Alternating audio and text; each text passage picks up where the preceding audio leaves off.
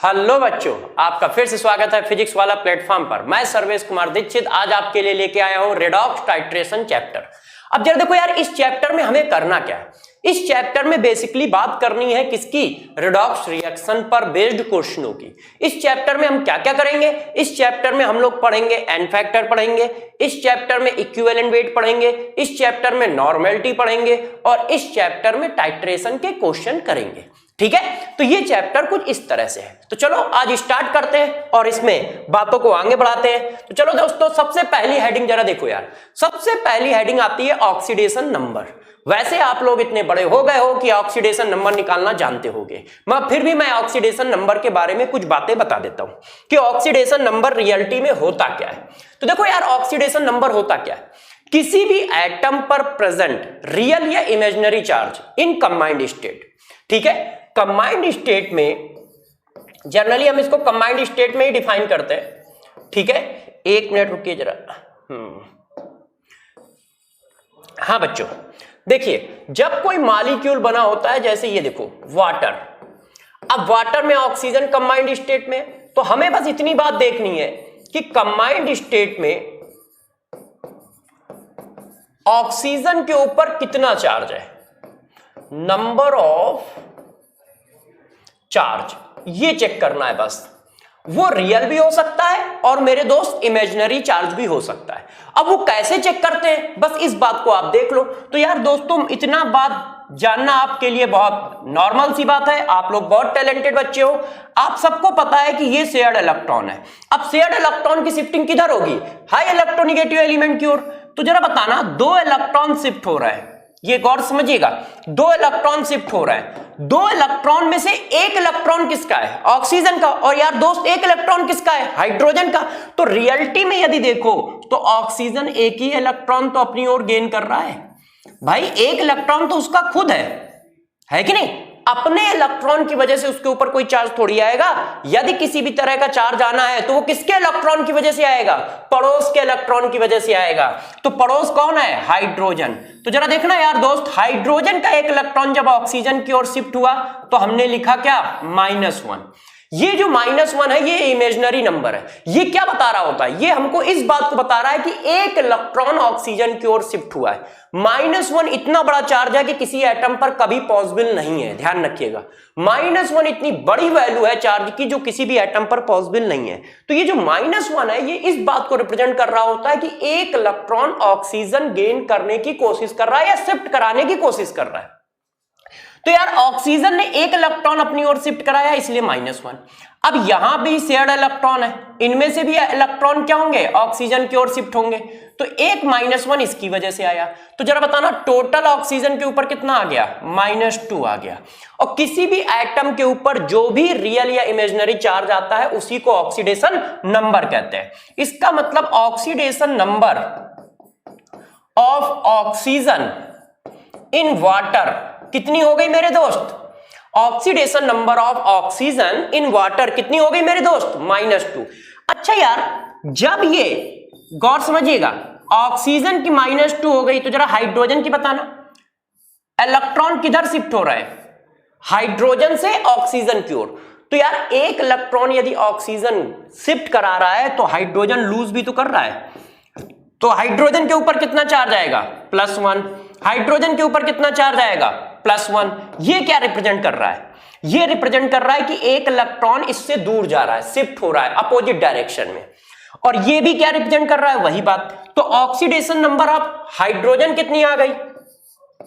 तो जरा दोस्तों देखना, ऑक्सीडेशन नंबर ऑफ हाइड्रोजन मेरे दोस्त आ गई +1 इन वाटर मॉलिक्यूल। तो वाटर मॉलिक्यूल में ऑक्सीजन के ऊपर -2 चार्ज आया, हाइड्रोजन के ऊपर कितना चार्ज आया? +1 चार्ज आया। और जो भी चार्ज आया ये कैसा चार्ज है? इमेजिनरी चार्ज है, रियल चार्ज तो नहीं है। रियल चार्ज की वैल्यू तो बहुत छोटी होगी।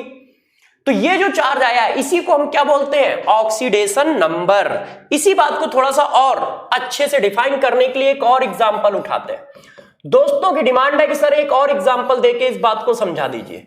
तो चलो यार, बच्चे जब डिमांड करते हैं तो सर उसको जरूर पूरा करते हैं। तो H2O2 को हम कैसे लिख सकते हैं? ये देखो, मैंने अगला मॉलिक्यूल लिया H2O2। H2O2 को आप कैसे लिख सकते हो, ऐसे लिख सकते हो।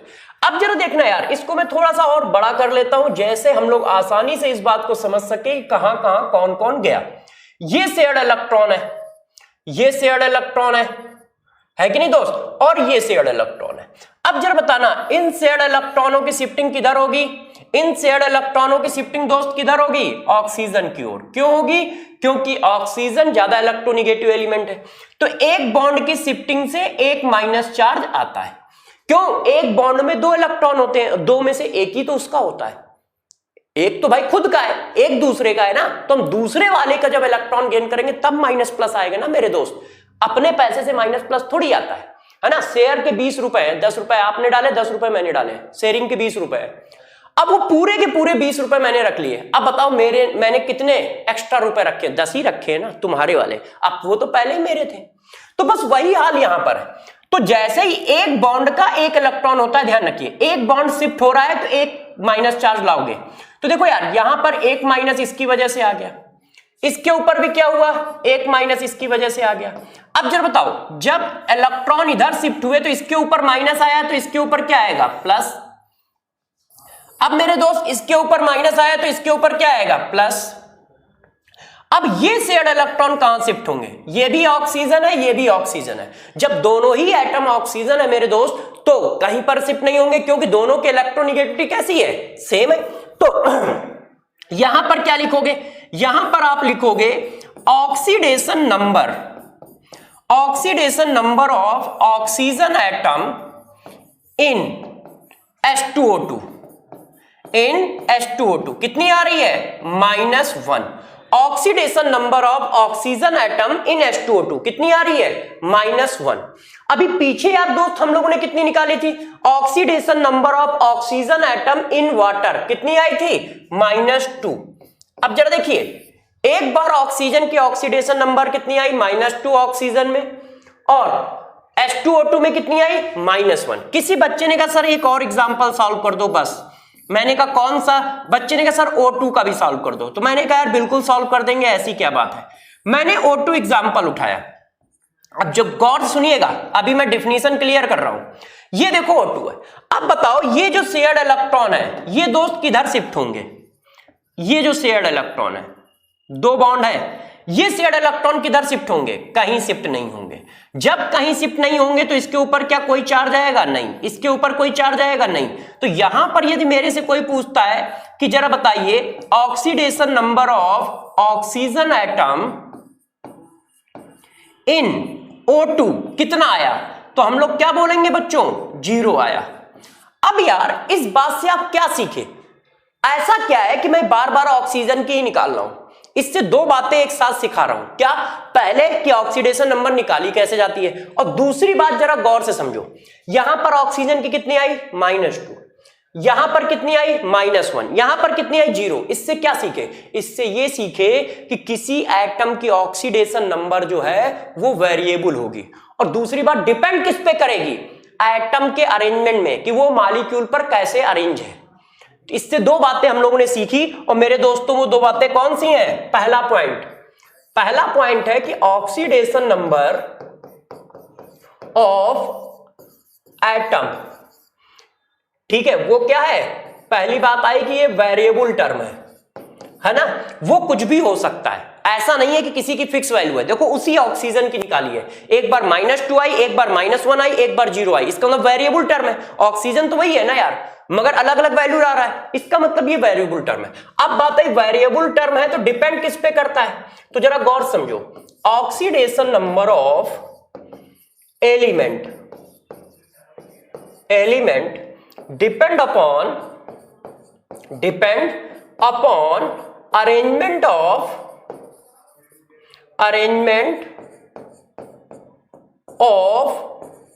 एटम्स इन मॉलिक्यूल, कि वो मॉलिक्यूल में एटम कैसे अरेंज हैं, इस बात पर डिपेंड करता है।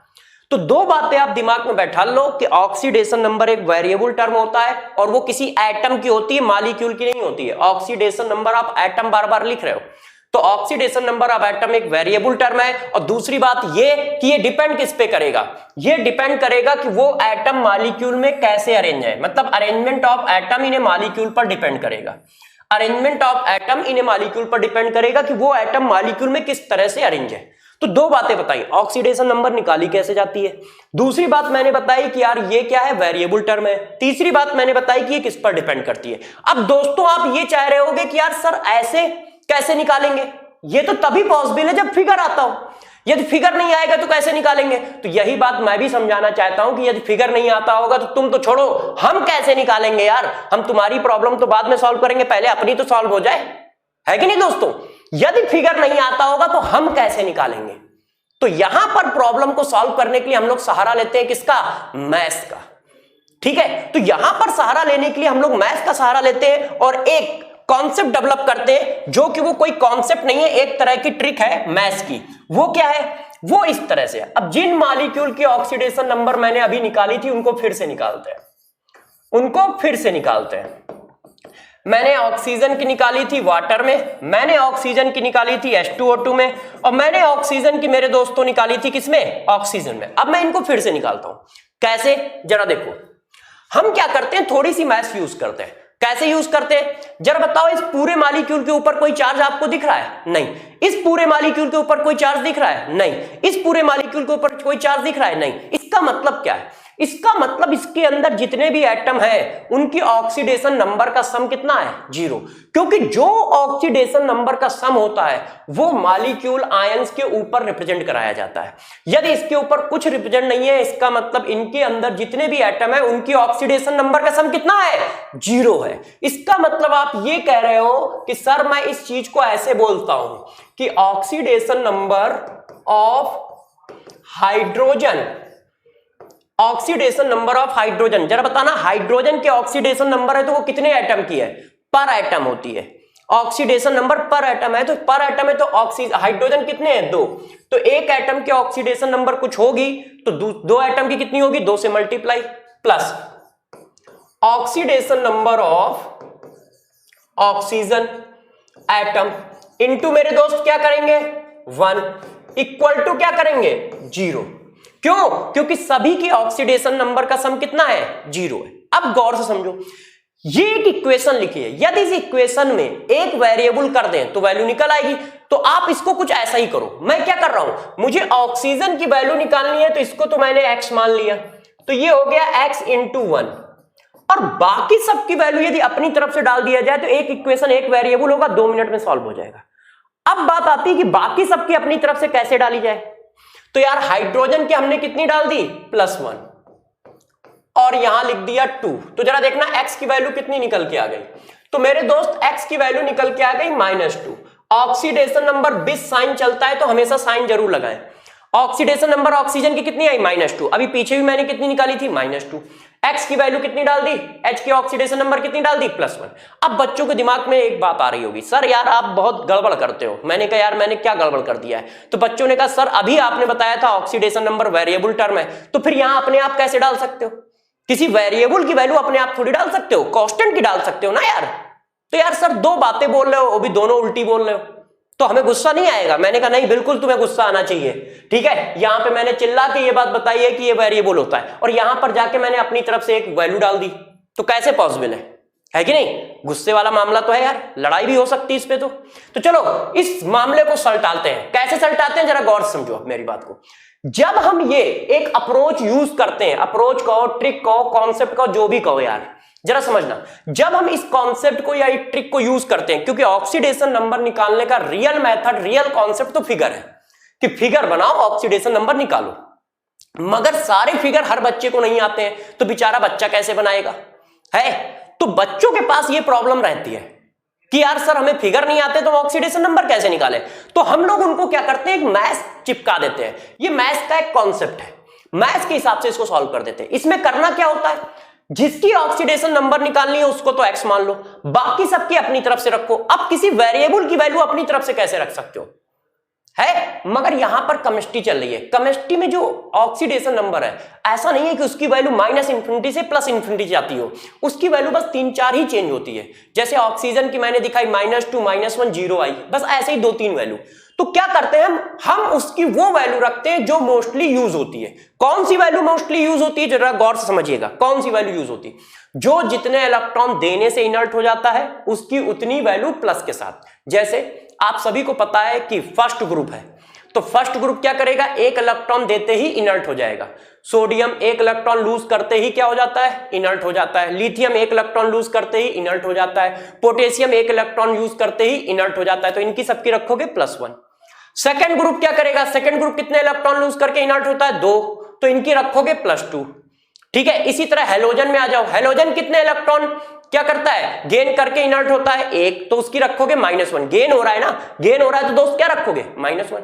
ऑक्सीजन फैमिली जनरली कितने इलेक्ट्रॉन गेन करके इनर्ट हो जाएगा, 2, तो -2। नाइट्रोजन फैमिली जनरली कितने इलेक्ट्रॉन गेन करके इनर्ट हो जाएगा, 3, -3।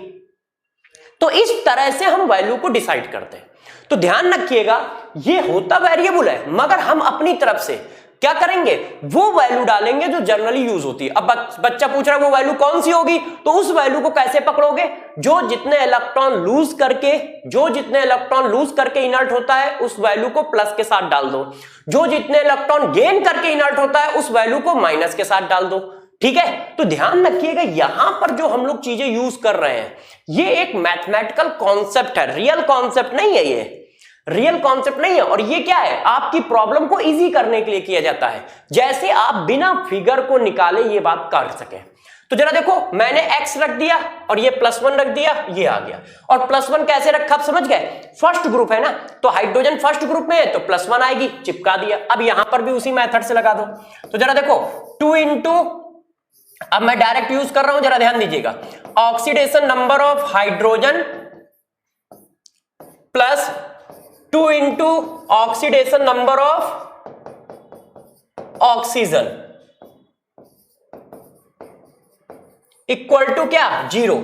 तो यार जरा बताना, हाइड्रोजन की कितनी रख दी, +1, ऑक्सीजन की कितनी रख दी, x बराबर 0। तो x की वैल्यू दोस्त कितनी निकल के आ गई, -1। वहां मैंने फिगर मेथड से भी कितनी निकाली थी, -1 निकाली थी। अब यहां पर जरा देखो यार, यहां पर किसकी निकालनी है, ऑक्सीजन की, तो 2x इक्वल टू 0, कोई दूसरा एलिमेंट ही नहीं है। तो दोस्त x इक्वल टू क्या आ गया, 0 आ गया। x इक्वल टू क्या आ गया, 0। अब देखो सेम आंसर निकल के आए। देखिए H2O2 के केस में -1 आई, वाटर के केस में -2 आई, और O2 के केस में कितनी आई, 0। और हमने ये जो मैथमेटिकल फॉर्म लगाया इससे भी वही आ रही है। तो हम लोग क्या करते हैं, मैथमेटिकल फॉर्म यूज कर लेते हैं। इसको आप एक्स मेथड कहते हो, ठीक है, इसको इस तरह से यूज करते हैं। क्या करोगे, जिसकी ऑक्सीडेशन नंबर निकालनी है उसको आप एक वेरिएबल मान लो x, और बाकी सबकी अपनी तरफ से डाल दो। और जब बाकी सबकी अपनी तरफ से डालोगे तो इस बात का विशेष ध्यान रखें कि कौन सी ऑक्सीडेशन नंबर जनरली डालनी है, कौन सी डालनी है, जितने इलेक्ट्रॉन गेन करके या जितने इलेक्ट्रॉन लूज करके वो इनर्ट हो जाता है उतनी ऑक्सीडेशन नंबर हमें डालनी होती है। अब आपका मन कर रहा होगा कि सर थोड़ी सी प्रैक्टिस और करा दो, तो बस 4-5 क्वेश्चनों की प्रैक्टिस और करा देते हैं, फिर हम लोग आगे बढ़ते हैं। देखिए बच्चों की डिमांड है तो कर लेते हैं। देखो एक मैंने लिया H2SO4, H2SO4 में सल्फर की काउंट करनी है हम लोगों को, ठीक है। एक मैंने बात उठाई ये PCl5, PCl5 में फास्फोरस की काउंट करनी है मेरे दोस्त। एक मैंने वैल्यू उठा ली CrO2Cl2, इसमें हमें क्रोनियम की काउंट करनी है मेरे दोस्त। एक वैल्यू और आपके कहने से मैंने उठा ली, इसको भी आप ही लोग काउंट करोगे। वैल्यू का क्या नाम है, मतलब फार्मूला क्या लिखा जाएगा, वो ये है H3PO4, इसमें आपको फास्फोरस की काउंट करनी है। अब कुछ निगेटिव और पॉजिटिव आयन भी निकाल लेते हैं, जैसे आपको आइडिया हो जाए कि आयन की कैसे काउंट करते हैं। कार्बोनेट आयन में कार्बन की काउंट करनी है, ठीक है। इसी तरह अमोनियम आयन में नाइट्रोजन की काउंट करनी है। ये देखो अब इन सबको काउंट करते हैं, किससे, फिगर से नहीं, अपना मैथमेटिकल फॉर्म एक्स मेथड से करो। निकालनी किसकी है, सल्फर की। तो देखो 2 into oxidation number of hydrogen plus 1 into oxidation number of sulphur, और सल्फर को मेरे दोस्त कितना मान लिया आपने, x। Plus 4 into oxidation number of oxygen equal to 0। 0 क्यों? क्योंकि इसके ऊपर क्या है? 0 है। वैल्यू डाल दो। हाइड्रोजन किसका है? फर्स्ट ग्रुप का है। फर्स्ट ग्रुप का है तो क्या करेगा? +1, एक इलेक्ट्रॉन लूज करेगा, तो +1 डाल दी। ठीक है, अब सल्फर की तो अपने को निकालनी है यार दोस्त। ऑक्सीजन क्या है? 16, 2 इलेक्ट्रॉन गेन करके इनर्ट होता है, तो -2 डाल दी, बराबर 0। अब सारे बच्चों ने सॉल्व किया तो वैल्यू कितनी आ गई? +6। सल्फर की वैल्यू आ गई +6। ठीक है दोस्त, सल्फर की वैल्यू कितनी आ गई? +6 आ गई। ये देखो, अब सल्फर की ऑक्सीडेशन नंबर +6 आई, तो यहां पर आपके लिए एक नोट भी चिपका देता हूं, ठीक है, कि maximum oxidation number of sulphur +6 होती है। Maximum oxidation number of sulphur +6 होती है। यदि इससे ज्यादा कहीं आ रहा है तो आप हमेशा +6 ही टिक करिएगा, क्योंकि वो मैथ्स की गलती की वजह से आ रहा है। मैंने आपको बताया था ये रियल कॉन्सेप्ट नहीं है, ये एक ट्रिक है आपको बताने के लिए। ऐसा क्यों? क्योंकि सारे मॉलिक्यूल के फिगर आपको नहीं आते। जब सभी फिगर आप नहीं जानते तो क्वेश्चन कैसे करें? तो यदि 100 क्वेश्चन आते हैं तो 90 क्वेश्चन में ये कॉन्सेप्ट चिपक जाता है। तो जब 90 क्वेश्चन में चिपक जाता है तो पहले 90 क्वेश्चन तो हो यार दोस्त, इस वजह से आप ये यूज करते हो, इस वजह से आप ये यूज करते हो। तो जरा ध्यान रखिएगा, सल्फर के ऑक्सीडेशन नंबर इसी मेथड से आप निकालिए, हर क्वेश्चन में निकालिए। मगर जहां पर उसकी वैल्यू 6 से ज्यादा आ जाए तो वहां आप 6 ही टिक करें। जहां पर उसकी वैल्यू 6 से ज्यादा आ जाए वहां पर 6 ही टिक करें। जैसे ये देखो यार, मैं आपके लिए एक क्वेश्चन लेता हूं, H2SO5, H2SO5 में निकालो हाइड्रोजन कितना हुआ मेरे दोस्त? +2। सल्फर कितना हुआ? X। इसकी कितनी रख दी? -10 इक्वल टू 0। जरा देखना कितनी निकल के आ रही है? निकल के आ रही है +8। अब मैंने आपको बताया है इसकी मैक्सिमम वैल्यू कितनी होगी? +6। इसका मतलब ये गलत निकला है ना? ये जो है गलत निकला है। आप इसका आंसर क्या टिक करोगे? आप इसका आंसर टिक करोगे कि ये +6 ही होगा, ऐसे।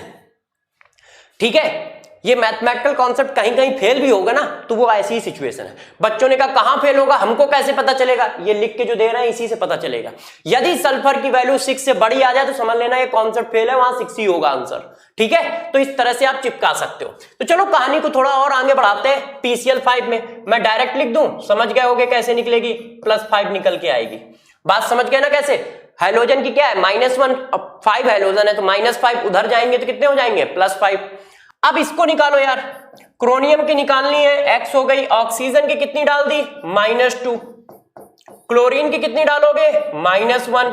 अब मेरे दोस्त इसको उठा के सॉल्व कर लो, कितनी हो गई? +6। तो यहां पर क्रोनियम की कितनी है? +6 है। अब इसमें निकालिए, हाइड्रोजन की कितनी डालोगे? 3। फास्फोरस की निकालनी है, ऑक्सीजन की कितनी डालोगे? -2 इक्वल टू 0। तो X इक्वल टू कितना आ जाएगा?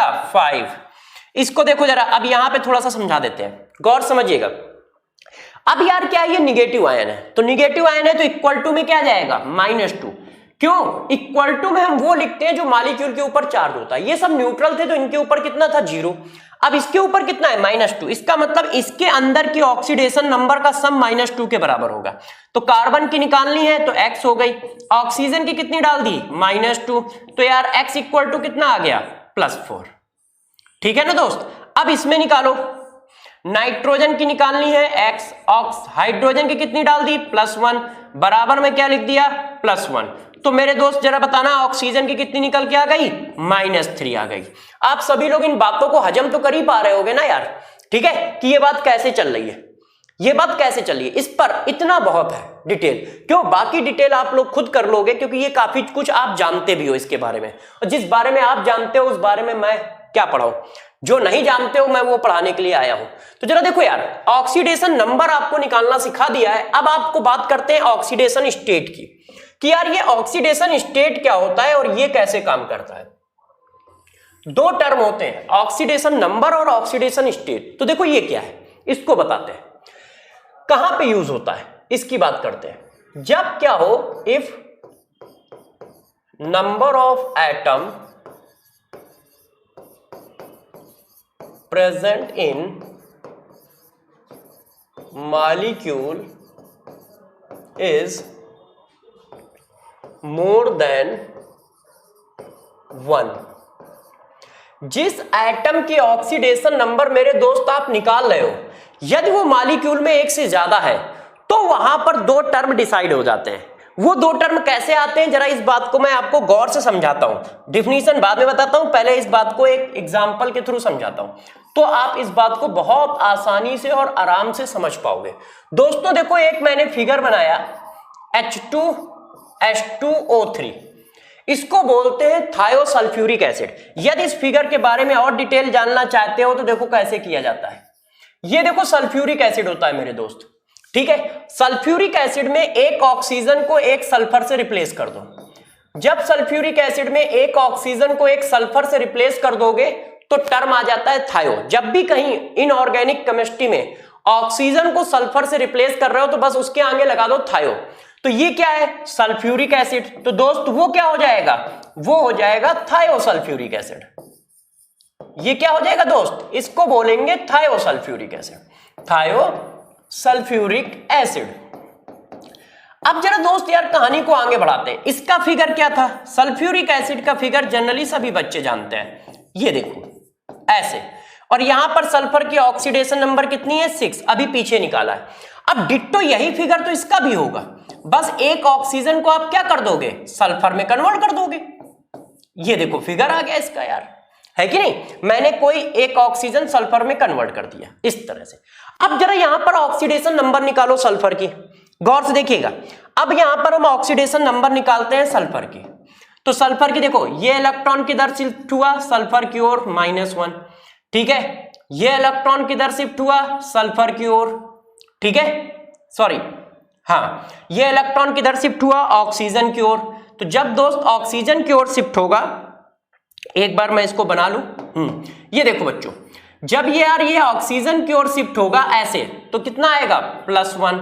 यहां पे डबल बॉन्ड है, 2 शिफ्ट हुए तो +2, यहां पर भी डबल बॉन्ड है, 2 शिफ्ट हुए तो +2, तो टोटल मिले दोस्त कितना आ रहा है, +5। इसका मतलब आप ये कहना चाह रहे हो कि यार इस वाले सल्फर के ऊपर +5 आ रहा है और इस वाले सल्फर के ऊपर -1 आ रहा है ना। एक सल्फर की ऑक्सीडेशन नंबर -1 आ रही है और एक सल्फर की ऑक्सीडेशन नंबर क्या आ रही है, +1 आ रही है। अब किसी बच्चे ने इसको एक्स मेथड से निकाल दिया, तो एक्स मेथड से कैसे निकालोगे, +2 2x -6 = 0। सभी प्यारे बच्चे इस बात को समझ गए होंगे ना, टैलेंटेड जो थे। क्या किया, हाइड्रोजन की +1 होती, 2 हाइड्रोजन है, +2 हो गई, सल्फर की निकालनी है, ऑक्सीजन की डाल दी। तो जरा देखो यहां पर कितनी आ रही है, यहां पर निकल के आ रही है +2। अब यार इन दोनों में डिफरेंस क्या है, इन दोनों में डिफरेंस क्या है, रियल में इसकी ऑक्सीडेशन नंबर -1 +5 है और जबकि वहां पे निकल के आ रही है +2। तो जरा समझो कि होता क्या है, ठीक है। अब मैं आपको डिफरेंशिएट करना सिखा रहा हूं कि ये क्या है। देखो एब्सोल्यूट वैल्यू को बोला जाता है ऑक्सीडेशन नंबर, ये एब्सोल्यूट वैल्यू है। इस सल्फर की -1 है, ये ऑक्सीडेशन नंबर है। इस सल्फर की -1 आएगी और इस सल्फर की क्या आएगी, +1 आएगी। तो यदि मेरे से कोई पूछता है oxidation number of sulphur in thiosulphuric acid, तो आंसर है -1 और +5। ऑक्सीडेशन नंबर ऑफ क्या, sulphur in thiosulphuric acid, answer होगा -1 +5, क्योंकि ऑक्सीडेशन नंबर एब्सोल्यूट वैल्यू को बोला जाता है। एब्सोल्यूट वैल्यू को ऑक्सीडेशन नंबर बोला जाता है और ऑक्सीडेशन नंबर के एवरेज को ऑक्सीडेशन स्टेट बोला जाता है। ये क्या है, ये है ऑक्सीडेशन स्टेट ऑफ सल्फर। ये मेरे दोस्त क्या है, oxidation state of sulphur in thiosulphuric acid, और वैल्यू कितनी है, +2। तो गौर समझ पाए, एब्सोल्यूट वैल्यू को ऑक्सीडेशन नंबर बोला जाता है और एवरेज ऑफ ऑक्सीडेशन नंबर को ऑक्सीडेशन स्टेट बोला जाता है। तो ये एवरेज निकल के आया है ना, मानो चेक कर लो, इसकी और इसकी वैल्यू को ऐड करो, -1 +5 कितना हुआ, +4 डिवाइडेड बाई 2, क्योंकि 2 एटम है ना। एवरेज कैसे निकालोगे, टोटल वैल्यू को ऐड करोगे और टोटल वैल्यू को ऐड करने के बाद नंबर ऑफ एटम से डिवाइड करोगे दोस्त। तो नंबर ऑफ एटम कितने हैं, 2 सल्फर है, वैल्यू टोटल कितनी है, +5 -1, +5 -1 कितना होता है, +4 डिवाइडेड बाई 2। तो देखो वही आ गया है। तो ये क्या होता है, ऑक्सीडेशन स्टेट जो होता है वो average of oxidation number of atom होता है। मगर किसी चीज का एवरेज तभी निकाला जाता है जब वो 1 से ज्यादा हो, है कि नहीं। तो एब्सोल्यूट वैल्यू को ऑक्सीडेशन नंबर बोलते हैं और एवरेज को ऑक्सीडेशन स्टेट बोलते हैं। और एवरेज तभी आएगा जब किसी मॉलिक्यूल में वो एटम एक से ज्यादा प्रेजेंट हो। एवरेज तभी आएगा जब किसी मॉलिक्यूल में वो एटम एक से ज्यादा प्रेजेंट हो। तो जरा क्वेश्चन का फॉर्मेशन कैसे हो रहा है इस बात को ध्यान रखना। यदि वो मेरे से पूछता है कि थायोसल्फ्यूरिक एसिड की ऑक्सीडेशन स्टेट बताओ तो आंसर +2। यदि वो पूछता है कि थायोसल्फ्यूरिक एसिड में सल्फर की ऑक्सीडेशन नंबर बताओ तो मेरे दोस्त आंसर क्या होगा, -1 + 5, -1 + 5, -1 + 5। बात समझ पाए क्या? ऑक्सीडेशन नंबर पूछेगा तो वो एब्सोल्यूट वैल्यू होती है दोस्तों, वो कितनी आएगी, -1 + 5। ऑक्सीडेशन स्टेट पूछेगा तो वो एवरेज होता है, वो कितना आएगा, +2। तो एक्स मेथड एवरेज निकाल के देता है। एक्स मेथड एवरेज निकाल के देता है यदि एक से ज्यादा एटम किसी में प्रेजेंट है तो। यदि एक से ज्यादा एटम प्रेजेंट है किसी मॉलिक्यूल में तो एक्स मेथड क्या देता है, एवरेज निकाल के देता है। इट मींस ऑक्सीडेशन स्टेट निकाल के देता है। और हम ऑक्सीडेशन नंबर निकालना चाहते हैं तो फिर हमें फिगर पे जाना पड़ेगा। यदि किसी मॉलिक्यूल के पास एक से ज्यादा एटम है, ठीक है, कौन से, जिनकी ऑक्सीडेशन नंबर निकाल रहे हो, ये देखो। इस बात को समझ पाए हो अच्छे से। एक एग्जांपल और उठाता हूं फिर अपने क्वेश्चनों की ओर चलते हैं। देखो यार मेरे दोस्त, एक एग्जांपल आपके लिए और, CaOCl2। CaOCl2 इस तरह का होता है। ये देखो, आप CaOCl2 को कई तरह से लिखा हुआ देखते हो, ठीक है। कभी कभी आप बुकों में इसको ऐसा लिखा देखते हो, ऐसे। ये सब एक ही बात है, ये मॉलिक्यूलर फॉर्म है और ये इसका अरेंजमेंट फॉर्म है। अब इसमें मैंने से पूछा गया कि ऑक्सीडेशन नंबर बताओ और ऑक्सीडेशन स्टेट बताओ। तो गौर समझिएगा, ये जो होता है एक आयनिक कंपाउंड है, वो इस तरह से ब्रेक होता है। ये एक आयनिक कंपाउंड है मेरे दोस्त, इस तरह से ब्रेक होता है। अब बताओ इसके ऊपर कितना चार्ज है, -1, तो इसकी ऑक्सीडेशन नंबर कितनी हो गई, -1। यहां पर कितना चार्ज है, यहां पर OCl निगेटिव के पास -1 है, OCl निगेटिव के पास -1 है। तो OCl निगेटिव के पास -1 है तो Cl के ऑक्सीडेशन नंबर कितनी आएगी, +1।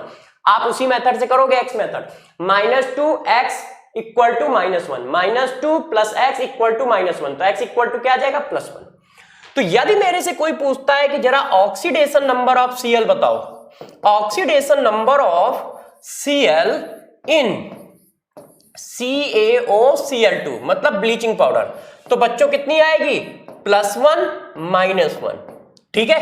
मगर किसी ने ऑक्सीडेशन स्टेट पूछ दी कि यार ऑक्सीडेशन स्टेट बताओ, oxidation state of Cl atom in bleaching powder, तो मेरे दोस्त कितना आएगा, तो जरा गौर से ध्यान रखिएगा कितना आएगा। इनका एवरेज कर दो, तो जब इनका एवरेज करोगे तो 0 आ जाएगा।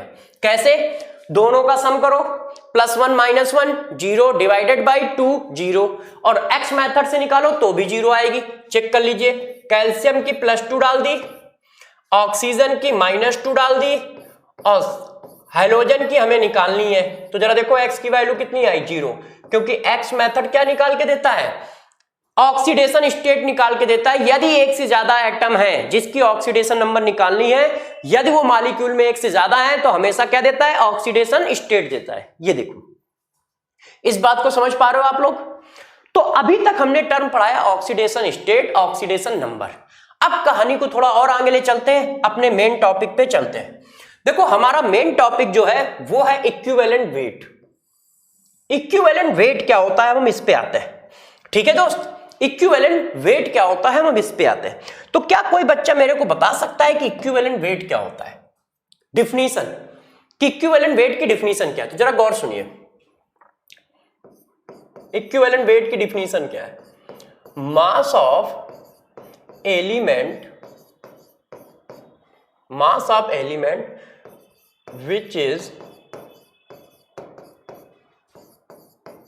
combined with, किससे, देखो जरा, पहला which is combined with 1 gram of hydrogen atom या फिर 1 मोल ऑफ हाइड्रोजन एटम। और गौर से देखिएगा, अभी मैं एक बार डेफिनेशन लिखता हूं फिर समझाता हूं। 8 ग्राम ऑफ ऑक्सीजन एटम, किसी भी एटम का इक्विवेलेंट वेट, अभी हम मॉलिक्यूल पे नहीं आ रहे हैं, एटम पे आ रहे हैं, किसी भी एटम का इक्विवेलेंट वेट जो होता है वो मास है जो 1 ग्राम हाइड्रोजन से कंबाइंड होता है। किसी एटम का इक्विवेलेंट वेट वो मास है जो 1 ग्राम हाइड्रोजन से कंबाइंड होता है। तो mass of element which is combined with 1 gram of hydrogen, 1 gram hydrogen को क्या लिख सकते हो, 1 मोल ऑफ हाइड्रोजन लिख सकते हो।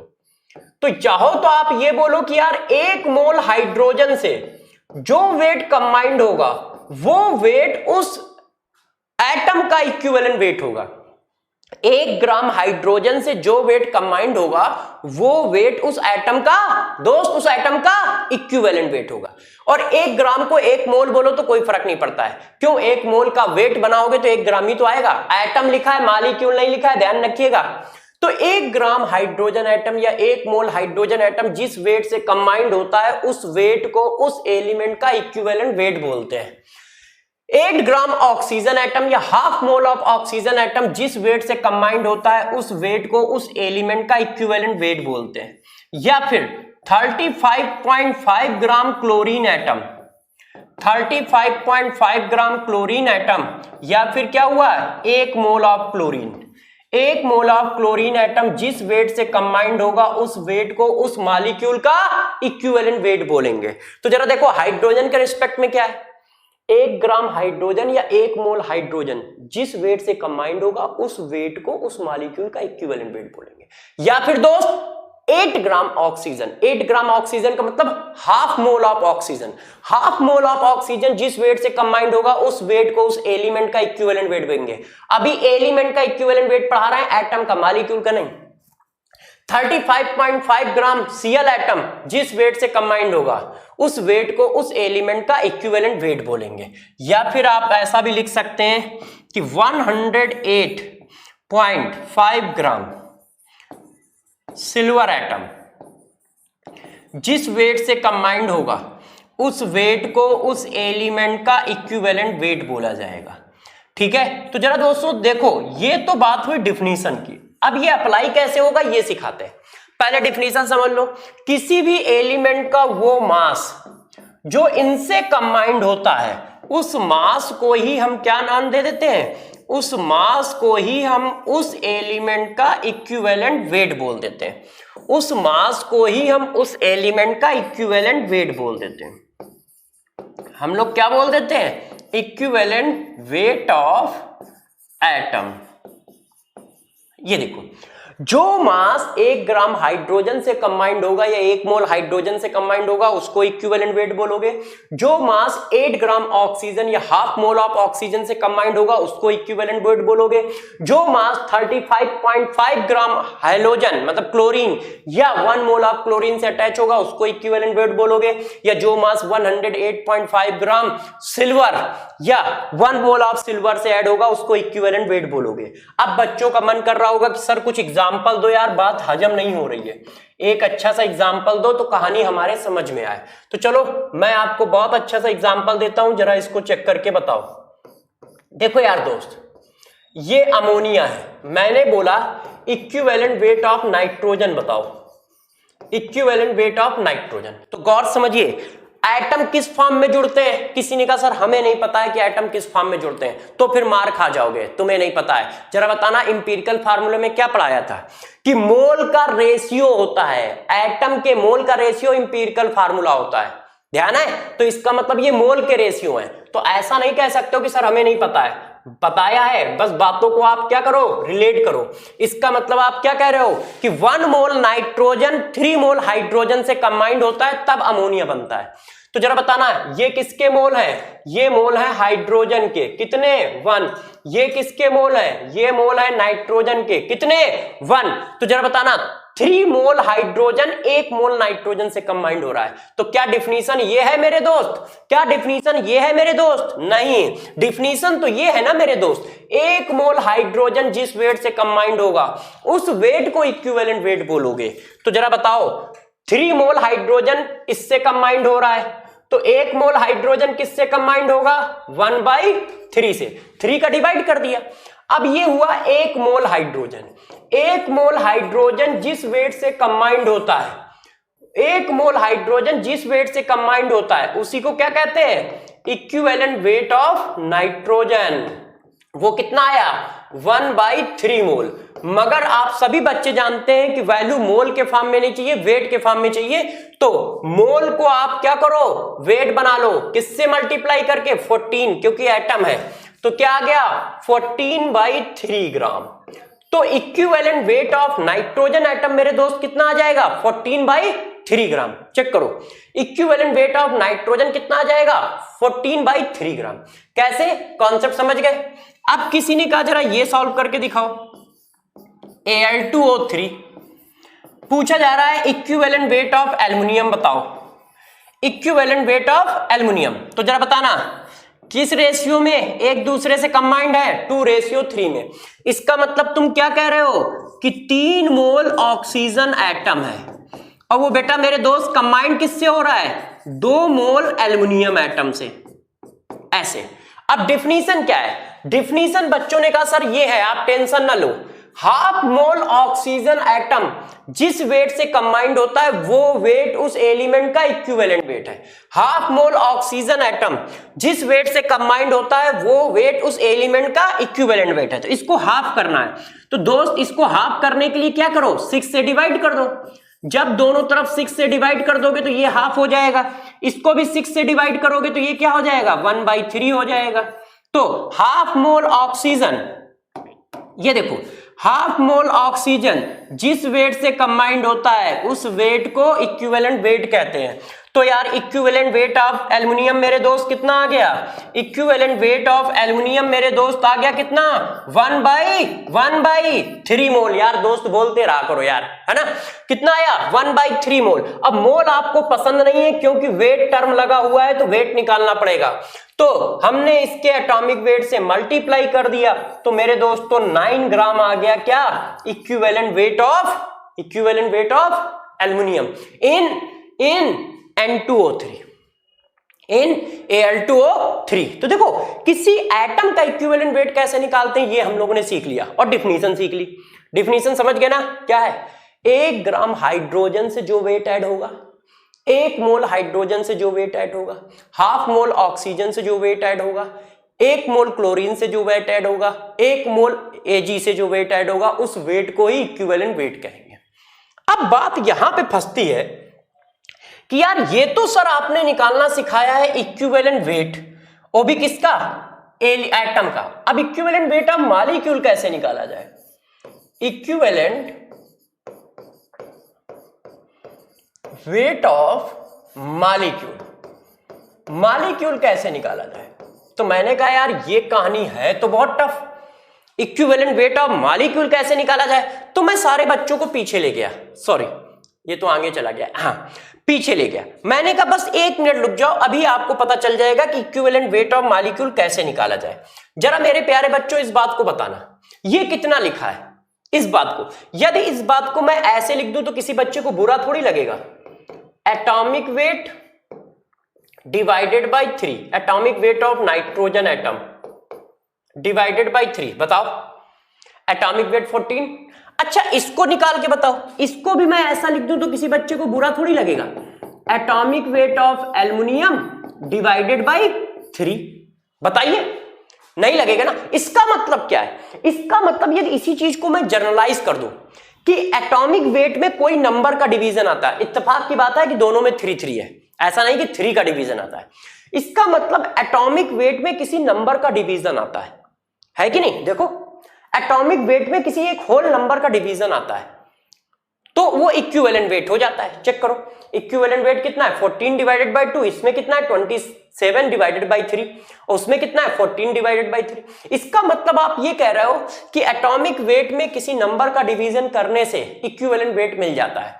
तो इसका मतलब यहां पे एक फार्मूला डेवलप हो गया, equivalent weight of atom, equivalent weight of atom equal to क्या, एटॉमिक वेट डिवाइडेड बाय एक नंबर। उस नंबर का नाम हम लोगों ने रख दिया एन फैक्टर, उस नंबर का नाम हम लोगों ने क्या रख दिया दोस्त, एन फैक्टर। इसी फार्मूले को हमने कैरी कर लिया, equivalent weight of atom equal to equivalent weight of atom equal to atomic weight divided by n factor. और ये नंबर हमने n फैक्टर बोला, क्यों? क्योंकि ये नंबर वेरिएबल है, हर एक में अलग अलग आएगा। तो मेरे दोस्त यहां पर डिट्टो उसी तरह से हम लोगों ने बात को कैरी करा दिया। हमसे पूछा गया तो हमने कहा यार इक्विवेलेंट वेट ऑफ मॉलिक्यूल जो होगा वो क्या होगा? Molecular weight. अब आप समझ गए ये फार्मूला कहां से आया था? Divided by n factor. Molecular weight divided by n factor. अब ये क्या है? ये एक वेरिएबल टर्म है। ये क्या है बच्चों? ये एक वेरिएबल टर्म है, और यदि ये वेरिएबल टर्म हुआ तो ये भी एक वेरिएबल टर्म हो गया, है कि नहीं? जिस चीज से आप डिवाइड कर रहे हो वो एक वेरिएबल है, तो इसका मतलब ये भी वेरिएबल है, मगर ये एक कांस्टेंट टर्म है। ये क्या है? ये एक कांस्टेंट टर्म है। इससे आप क्या समझ पाए? इससे ये समझ पाए किसी मॉलिक्यूल का मॉलिक्यूलर वेट फिक्स होता है, किसी मॉलिक्यूल का मॉलिक्यूलर वेट फिक्स होता है, मगर उसका इक्विवेलेंट वेट फिक्स नहीं होता है। इक्विवेलेंट वेट एक वेरिएबल टर्म होता है। इस बात का ये मतलब है। इस बात का क्या मतलब है? कि इक्विवेलेंट वेट जो है एक वेरिएबल टर्म है। इस बात को जरा ध्यान रखिएगा, ठीक है? कि किसी भी मॉलिक्यूल का जो इक्विवेलेंट वेट है वो क्या है? वेरिएबल होता है। एटॉमिक वेट कांस्टेंट, मगर equivalent weight of atom variable. तो इस बात को ध्यान रखिए, गौर से बार बार बता रहा हूं, इस बात को ध्यान रखिएगा कि equivalent weight of molecule variable होता है। इसी वजह से किसी का इक्विवेलेंट वेट आपको याद नहीं है, मगर मॉलिक्यूलर वेट सबका याद है। वाटर का 18 है ना, H2SO4 का 98 मॉलिक्यूलर वेट याद है। किसी का इक्विवेलेंट वेट बताओ, नहीं याद है। क्यों? क्योंकि वो वेरिएबल है। वेरिएबल थोड़ी याद करते हैं यार हम लोग, है कि नहीं दोस्त? इसी तरह से एटॉमिक वेट याद है, नाइट्रोजन का 14, ऑक्सीजन का 16, मगर क्या किसी एटम का इक्विवेलेंट वेट याद है? नहीं याद है। क्यों? क्योंकि वो वेरिएबल टर्म है। तो वेरिएबल टर्म को हम लोग याद नहीं रखते हैं, मगर एक समस्या खड़ी हो जाती है। वो क्या? कि यदि ये वेरिएबल है तो इसको निकालोगे कैसे? इसको निकालना तो सिखाना पड़ेगा ना मेरे दोस्त। तो चलो देखो, अब इसको निकालना सिखाते हैं कि इक्विवेलेंट वेट की कैलकुलेशन करते कैसे। अब इसमें से ये बताओ, यदि मॉलिक्यूल का नाम दे दिया गया तो ये वाला टर्म तो आप अपने आप निकाल लोगे। इसका मतलब हमें कैलकुलेट क्या करना है? ये वाला टर्म। तो इसी टर्म का कैलकुलेशन हम करेंगे। तो अब हम लोग क्या करेंगे? अब हम लोग करेंगे calculation of n factor. Calculation of n factor. n factor को कैसे कैलकुलेट किया जाता है इस बात पर हम फोकस करेंगे। तो चलो दोस्तों, एक एक करके n फैक्टर कैलकुलेट करते हैं। हमारा मॉलिक्यूल कैसा हो सकता है? हमारा मॉलिक्यूल हो सकता है एसिड, हमारा मॉलिक्यूल कैसा हो सकता है? बेस, हमारा मॉलिक्यूल कैसा हो सकता है? सॉल्ट, है ना? ये क्या हो रही है? एक्सरसाइज हो रही है कमर में दर्द की। चलिए, आप मत करिएगा कि इक्विवेलेंट वेट पढ़ते समय ऐसे ऐसे हिलने लगो, है ना? हाँ यार, n फैक्टर ऑफ एसिड। तो दोस्तों n फैक्टर ऑफ एसिड की बात करते हैं कि n फैक्टर ऑफ एसिड क्या होता है, किस तरह से काम करता है। तो चलो भाई, बच्चों की ख्वाहिशों को पूरा करते हैं। जरा अच्छे से ध्यान रखिएगा वर्ड को कि सर क्या लिख रहे हैं और क्या समझा रहे हैं। ये थोड़ा इंपॉर्टेंट बातें हैं। देखो,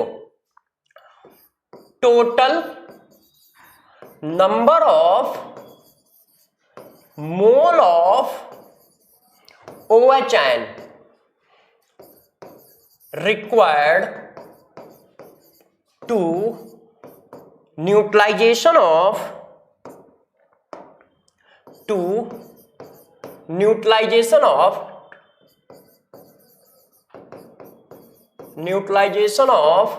one mole of acid। एक मोल एसिड को न्यूट्रलाइज कराने में कितने मोल OH खर्च हो रहे हैं? एक मोल एसिड को न्यूट्रलाइज कराने में कितने मोल OH खर्च हो रहे हैं? वो हमारा क्या है? वो हमारा n फैक्टर ऑफ एसिड है।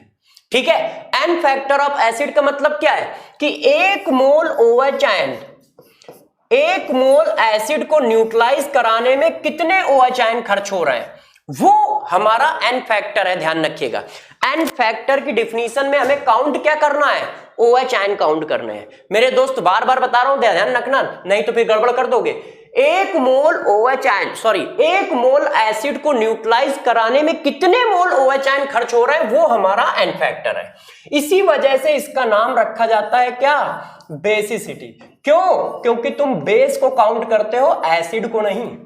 काउंट क्या करने वाले हो? बेस को काउंट करने वाले हो ना यार, कि 1 मोल एसिड को न्यूट्रलाइज कराने में कितने मोल OH आयन खर्च होंगे। तो मेरे दोस्त कितने खर्च होंगे? ये देखो 1 मोल एसिड लिखा है यहां पर। अब इस रिएक्शन को कराओ तो कितने OH आयन खर्च होंगे? ये देखो ऐसे ही तो खर्च होगा। तो जरा बताइए, रिएक्शन बैलेंस होनी चाहिए हमेशा। तो 1 मोल को खर्च कराने में इसके कितने लगे? 1 लगे। तो ये क्या लिखोगे? n factor of HCl equal to मेरे दोस्त कितना आएगा? 1 आएगा। n फैक्टर ऑफ HCl 1 आया है तो तुमने काउंट क्या किया है? H आयन नहीं काउंट किए हैं, ध्यान रखना। तुमने काउंट किए हैं OH आयन, H आयन नहीं काउंट किए हैं। तुमने क्या काउंट किए दोस्त? OH आयन काउंट किए हैं, H आयन नहीं काउंट किए हैं। 1 मोल एसिड को न्यूट्रलाइज कराने में जितने OH आयन खर्च होते हैं वो n फैक्टर है। बार बार बता रहा हूं, यार गौर सुनिए। 1 मोल एसिड को न्यूट्रलाइज कराने में जितने OH आयन खर्च होंगे वो n फैक्टर होंगे।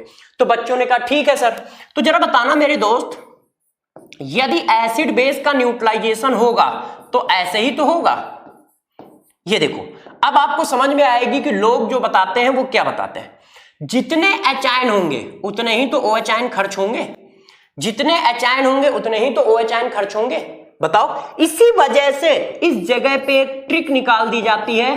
वो क्या निकाली जाती है कि भाई H आयन काउंट कर लो, acidic H ion of acid, acidic hydrogen of 1 mole acid, 1 mole acid is known as n factor.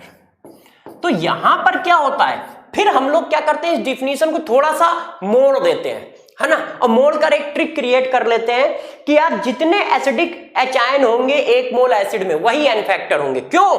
क्योंकि जितने H आयन होंगे उतने ही तो OH आयन होंगे। तो हम एक शॉर्टकट ढूंढ लेते हैं, नहीं तो रिएक्शन ऐसे करानी है तो हम एक शॉर्टकट ढूंढ लेते हैं। वो शॉर्टकट क्या होता है कि हम एसिड के H आयन काउंट कर लेते हैं। उससे क्या है, हमें रिएक्शन नहीं करनी पड़ती है। उससे क्या है, हमें रिएक्शन नहीं करनी पड़ती है। तो हम क्या करते हैं दोस्त, एसिड के H आयन ढूंढ लेते हैं। क्यों? जितने H आयन खर्च होंगे उतने ही तो OH आयन खर्च होंगे न्यूट्रलाइजेशन में, जितने H आयन खर्च होंगे उतने ही तो न्यूट्रलाइजेशन में OH आयन खर्च होंगे। मेरे दोस्त बताओ जरा कि नहीं खर्च होंगे? तो न्यूट्रलाइजेशन में क्या होगा, जितने H आयन खर्च होंगे उतने ही OH आयन खर्च होंगे। इसी वजह से हम लोग क्या करते हैं, अब डायरेक्ट यूज करते हैं कि एसिड में 1 मोल एसिड में कितने H आयन है वो काउंट कर लेते हैं। और कैसे काउंट करते हैं, कुछ इस तरह से। अब जरा देखो वही चीज आ गई। इसी ने पूछा HCl का n फैक्टर बताओ, तो मैंने कहा n। किसी ने कहा H2SO4 का n फैक्टर बताओ, तो मैंने कहा 2। किसी ने कहा यार H3PO4 का n फैक्टर बताओ, चलो अभी H3PO4 को थोड़ी देर के लिए रोक लेते हैं।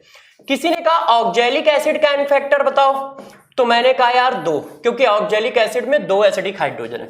किसी ने कहा जरा बताना एस्टिक एसिड का n फैक्टर बताओ, तो मैंने कहा 1।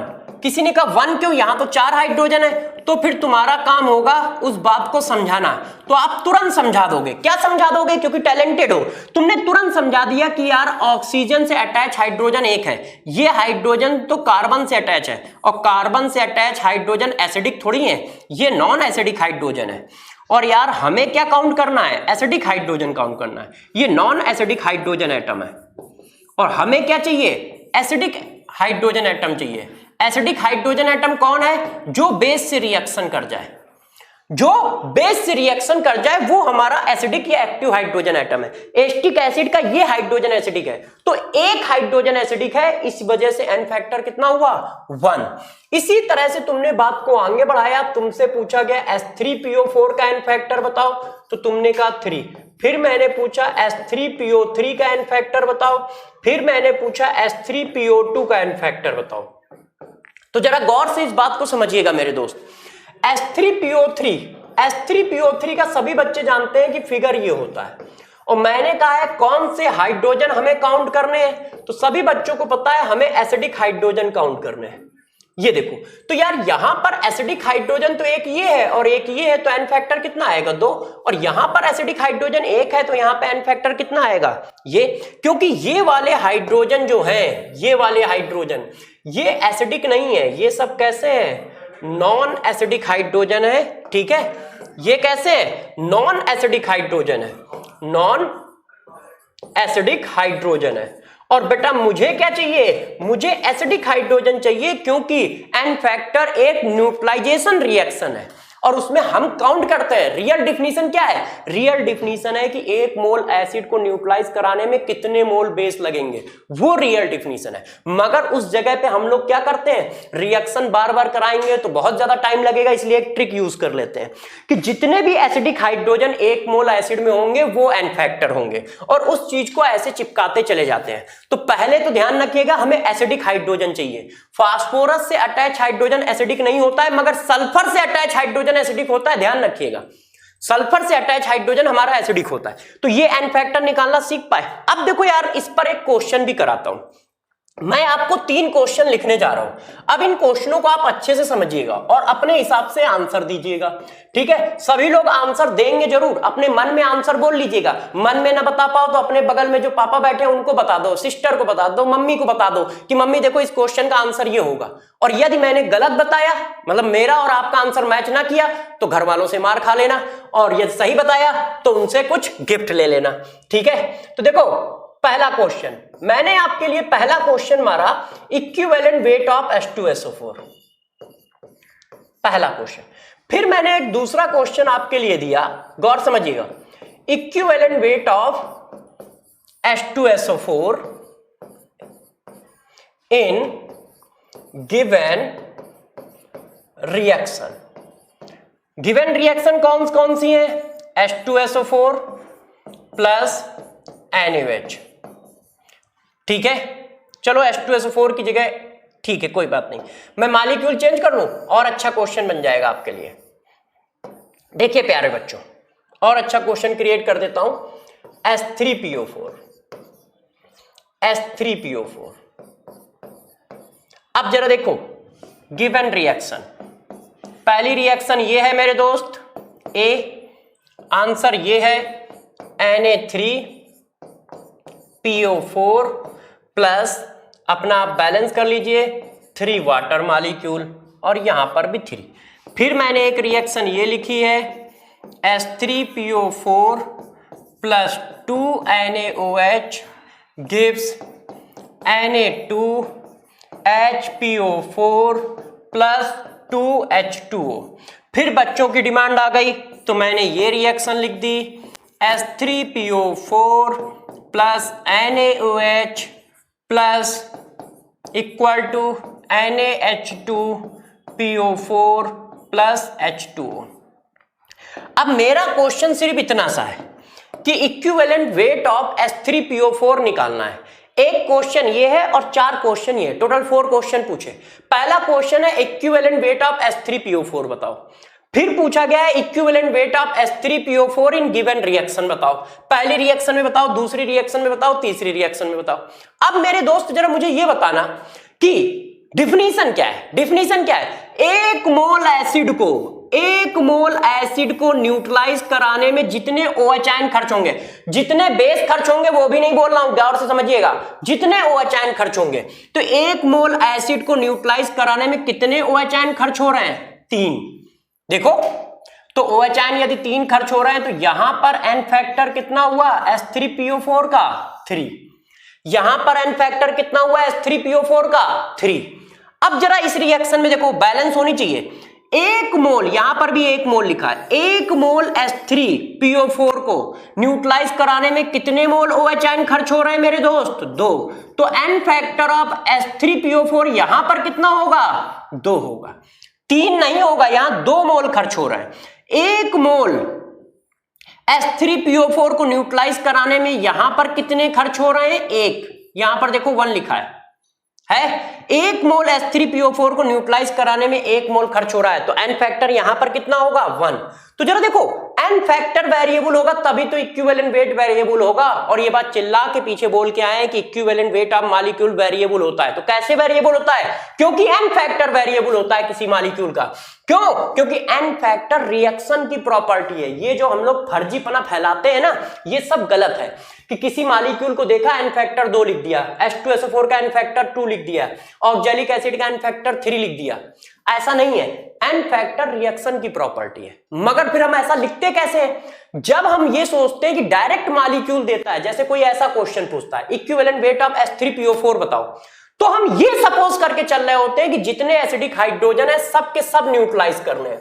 तब हम ये सपोज करके चल रहे होते हैं, ध्यान रखिएगा, ये सपोज है, रियल फैक्ट नहीं है। हम ये सपोज करके चल रहे होते हैं कि जितने एसिडिक हाइड्रोजन है सभी को न्यूट्रलाइज करना है, मतलब all acidic hydrogen are neutralise by OH ion. हम ये सपोज करके चल रहे होते हैं, इसी वजह से हम क्या कहते हैं कि जितने एसिडिक हाइड्रोजन है उतना एन फैक्टर है। एक एसिडिक हाइड्रोजन है एक, दो है तो दो, दो है तो दो, एक है तो एक, ठीक है, तीन है तो तीन एसिडिक हाइड्रोजन, क्योंकि न्यूट्रलाइजेशन एसिडिक हाइड्रोजन से होगा ना।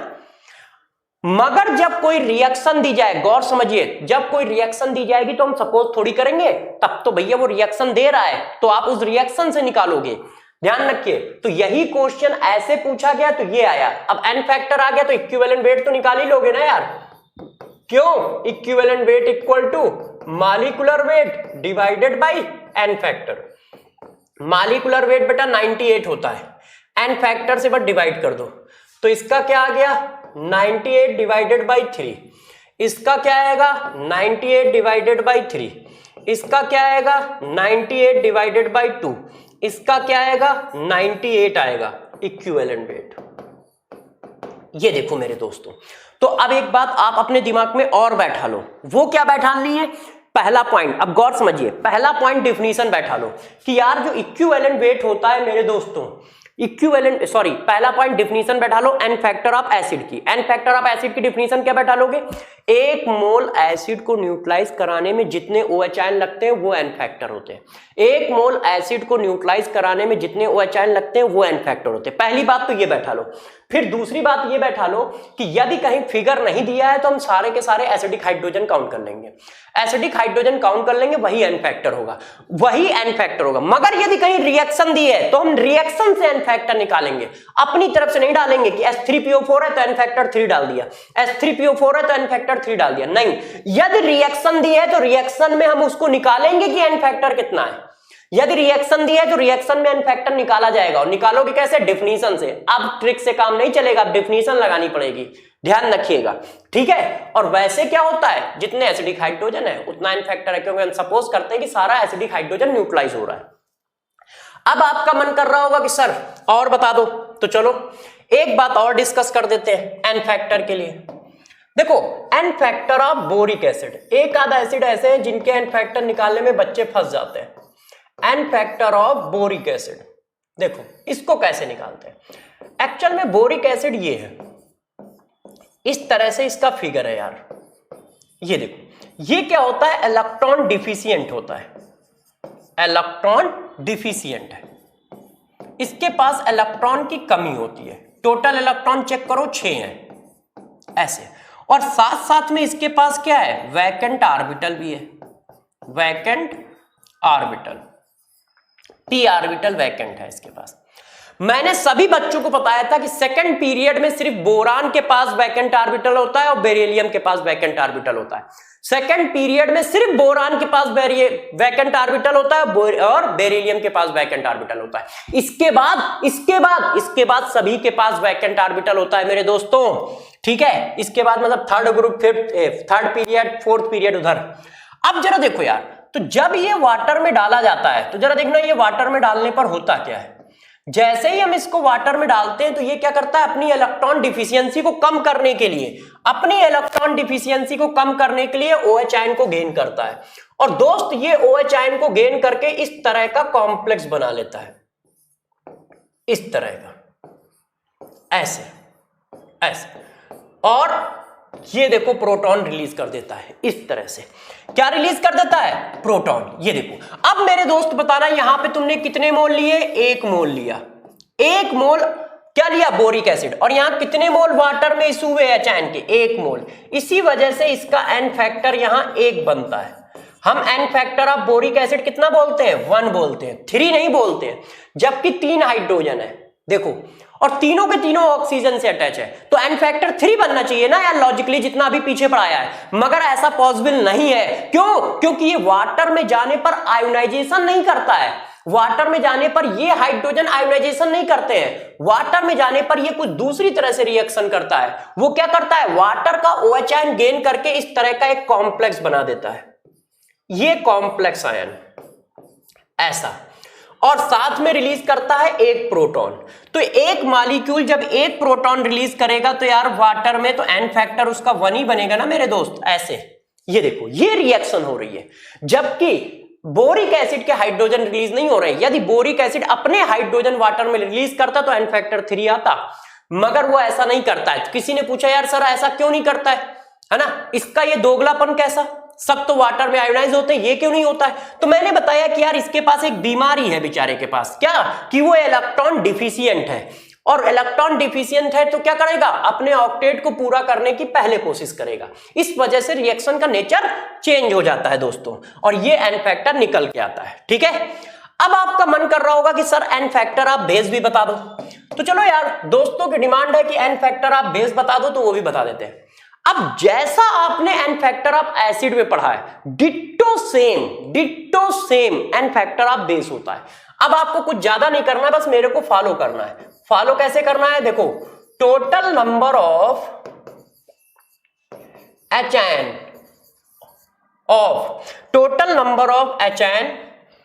required to neutralisation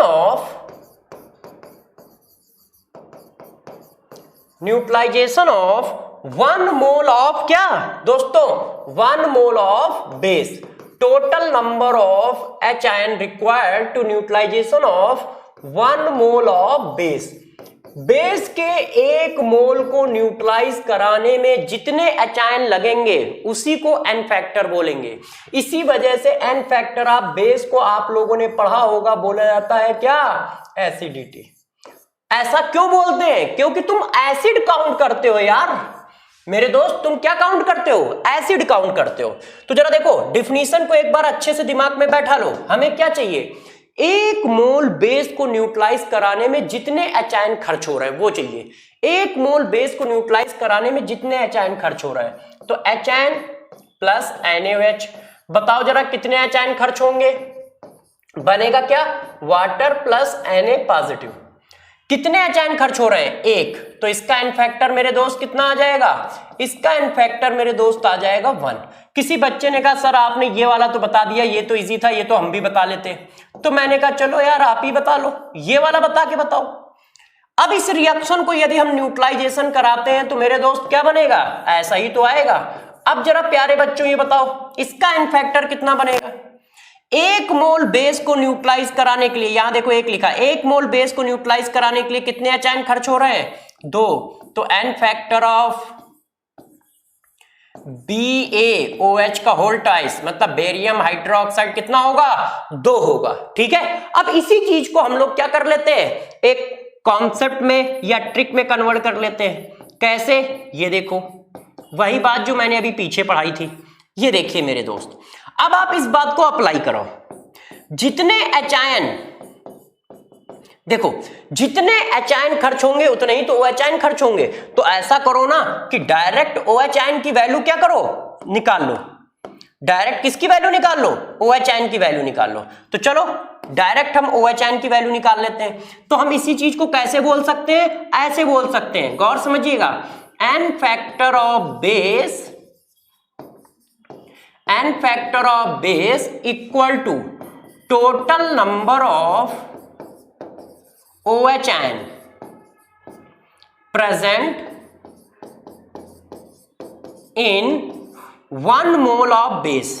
1 mole of base, और ये OH आयन आयनिक होने चाहिए। ठीक है, क्योंकि जितने OH आयन खर्च होंगे उतने ही तो H आयन खर्च होंगे। तो उसी तरह से आपने फिर कर लिया, और फिर आपने इसी बात को आगे बढ़ा लिया कि यार देखो दोस्त, NaOH में कितने OH आयन है? 1। तो एन फैक्टर हुआ 1।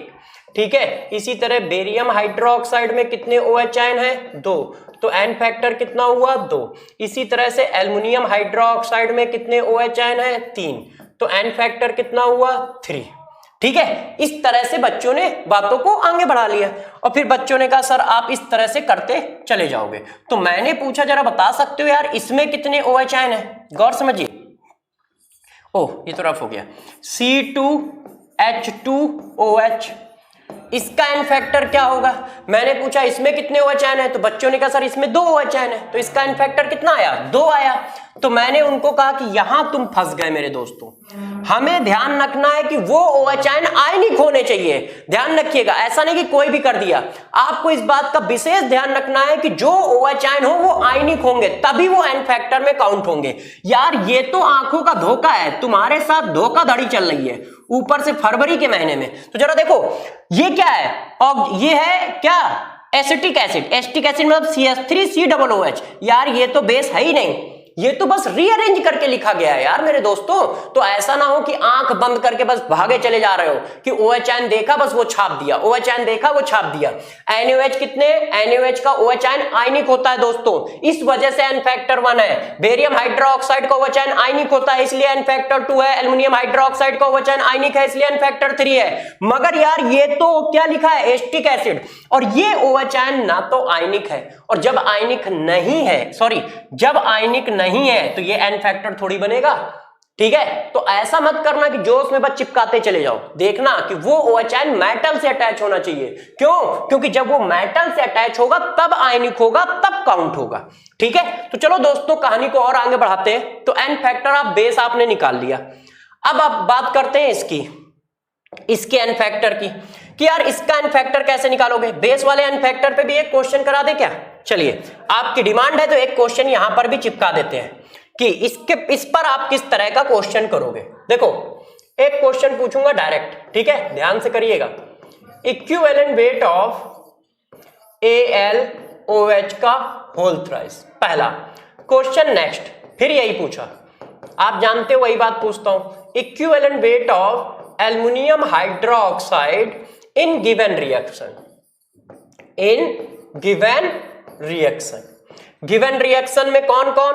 देखो एक मैंने रिएक्शन ये लिखी है, ठीक है, इसका एन फैक्टर बताना है। टाइम कम है इसलिए एक ही एग्जांपल दे रहा हूं, बाकी आपकी मर्जी है, आप करते रहिएगा और आंसर निकालते रहिएगा। चलो दोस्तों बताओ इक्विवेलेंट वेट निकालना है, तो जरा इस सिचुएशन में एन फैक्टर बताइए कितना आएगा? तो मेरे दोस्तों इस सिचुएशन में एन फैक्टर कितना आएगा? 3। क्यों? क्योंकि जब कहीं पर रिएक्शन नहीं होती तो हम ये सपोज करके चल रहे होते हैं कि जितने OH होंगे सब रिएक्शन में पार्टिसिपेट करेंगे, और सभी के सभी रिएक्शन में पार्टिसिपेट करेंगे तो कितने OH आयन है? 3। तो एन फैक्टर कितना होगा? 3। मगर दूसरे वाले क्वेश्चन में रिएक्शन गिवन है, और जब यार दोस्त रिएक्शन गिवन होती है तो हम रिएक्शन से निकालते हैं। तो जरा मेरे दोस्तों बताना यहां पर कितना लिखा है, जल्दी से देखो यहां पर कितना लिखा है? 1। 1 मोल एल्युमिनियम हाइड्रोक्साइड को न्यूट्रलाइज कराने में कितने मोल OH आयन खर्च कर रहे हो? 1 मोल एल्युमिनियम हाइड्रोक्साइड को न्यूट्रलाइज कराने में कितने मोल OH आयन खर्च कर रहे हो? 2। तो इसका मतलब यहां पर एन फैक्टर मेरे दोस्तों कितना आएगा? यहां पर N factor of aluminium hydroxide दोस्त कितना आएगा? 3 आएगा, ओ सॉरी 2 आएगा। क्यों? क्योंकि 2 मोल OH आयन रख रहे हैं, तो एन फैक्टर वेरिएबल है तो इक्विवेलेंट वेट भी वेरिएबल होगा। तो आई थिंक इतनी बातें आप सब समझ गए होंगे, और नहीं समझ गए होंगे तो बस अब आपको एक ही चीज चाहिए, वो क्या है? मार, और कुछ नहीं चाहिए। तो चलो प्यारे बच्चों ये तो मजाक था, ठीक है, क्योंकि डिस्टेंस इतनी ज्यादा है कि हम लोग एक दूसरे को देख नहीं पा रहे हैं, तो इन बातों को तो भूल ही सकते हैं। तो चलो यार कहानी को आगे बढ़ाते हैं। एन फैक्टर ऑफ सॉल्ट की बात आती है कि एन फैक्टर ऑफ सॉल्ट कैसे निकाला जाए, तो चलिए एन फैक्टर ऑफ सॉल्ट भी बता देता हूं। Total number of positive charge और total number of negative charge in 1 mole of salt. देखो यार दोस्त अब बात आती है 1 मोल सॉल्ट में आप ये काउंट कर लो कि कितना पॉजिटिव चार्ज है कितना निगेटिव चार्ज है, वो उसका एन फैक्टर होगा। जैसे मेरे दोस्त NaCl दिया है, अब बताओ NaCl कैसे ब्रेक होता है? Na पॉजिटिव और Cl निगेटिव, किसी एक को काउंट कर लो। यहां पे कितना लिखा है? 1, ठीक। अब बताओ कितना पॉजिटिव चार्ज है? 1। कितना निगेटिव चार्ज है? 1। कोई एक काउंट कर लो। क्यों? क्योंकि यार मॉलिक्यूल न्यूट्रल है तो पॉजिटिव निगेटिव बराबर होगा ना यार, और n फैक्टर में हम लोग कहीं साइन तो लगाते नहीं है, तो जब साइन नहीं लगाते हैं तो कोई फर्क ही नहीं पड़ता है। तो n की वैल्यू कितनी आई? 1। किसी बच्चे ने कहा सर हम इसका काउंट करना चाहते हैं, तो मैंने कहा यार मेरे दोस्त किसी का भी काउंट कर लो। तो ये कैसे ब्रेक होगा? ऐसे ब्रेक होगा।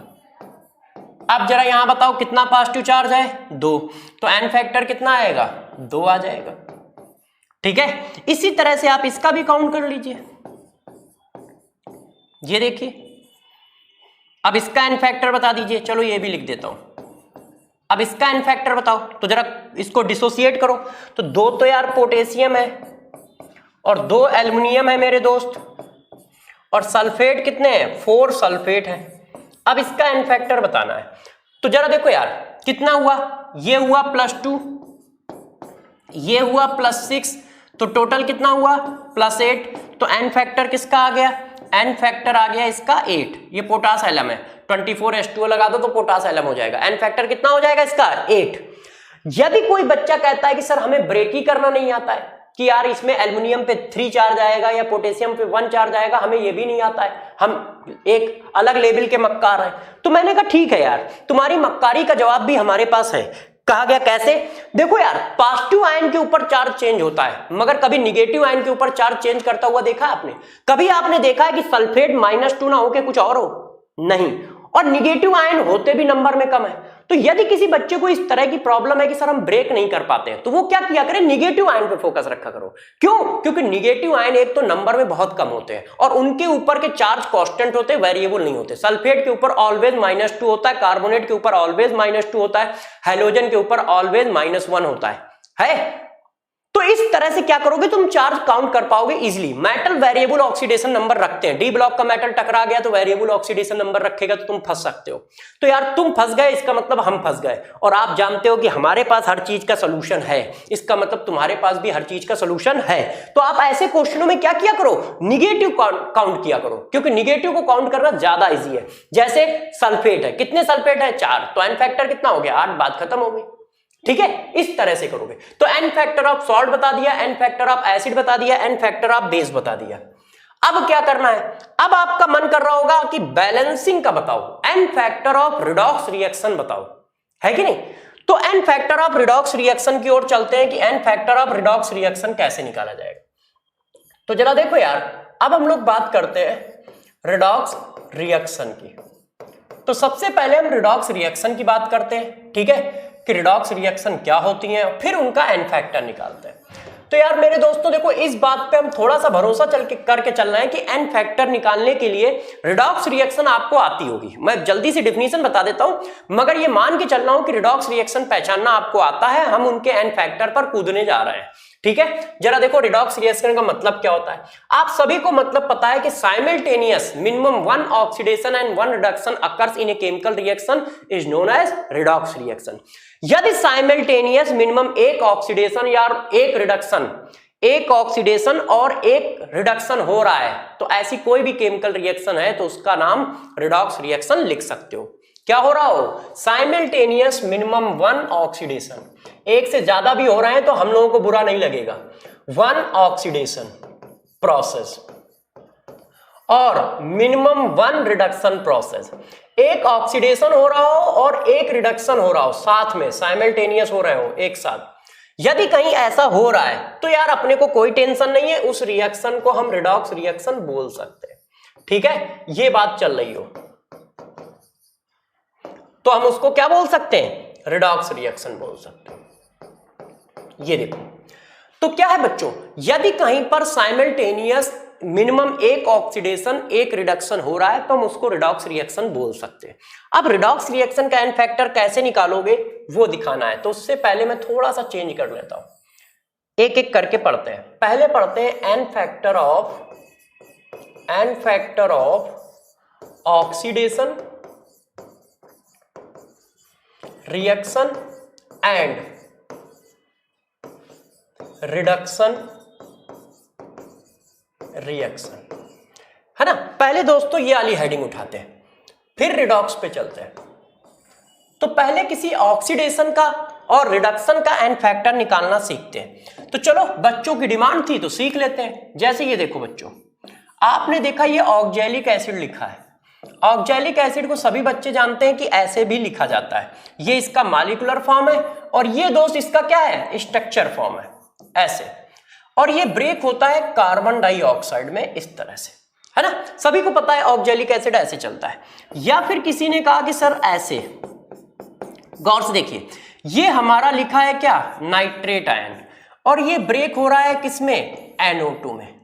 ये हमारे पास लिखा है नाइट्रेट आयन और ये किसमें ब्रेक हो रहा है, NO में, ये देखो। या इसी तरह से मेरे पास कुछ ऐसा लिखा हुआ है, गौर से देखते जाइए क्योंकि ये सब अपने को करना है।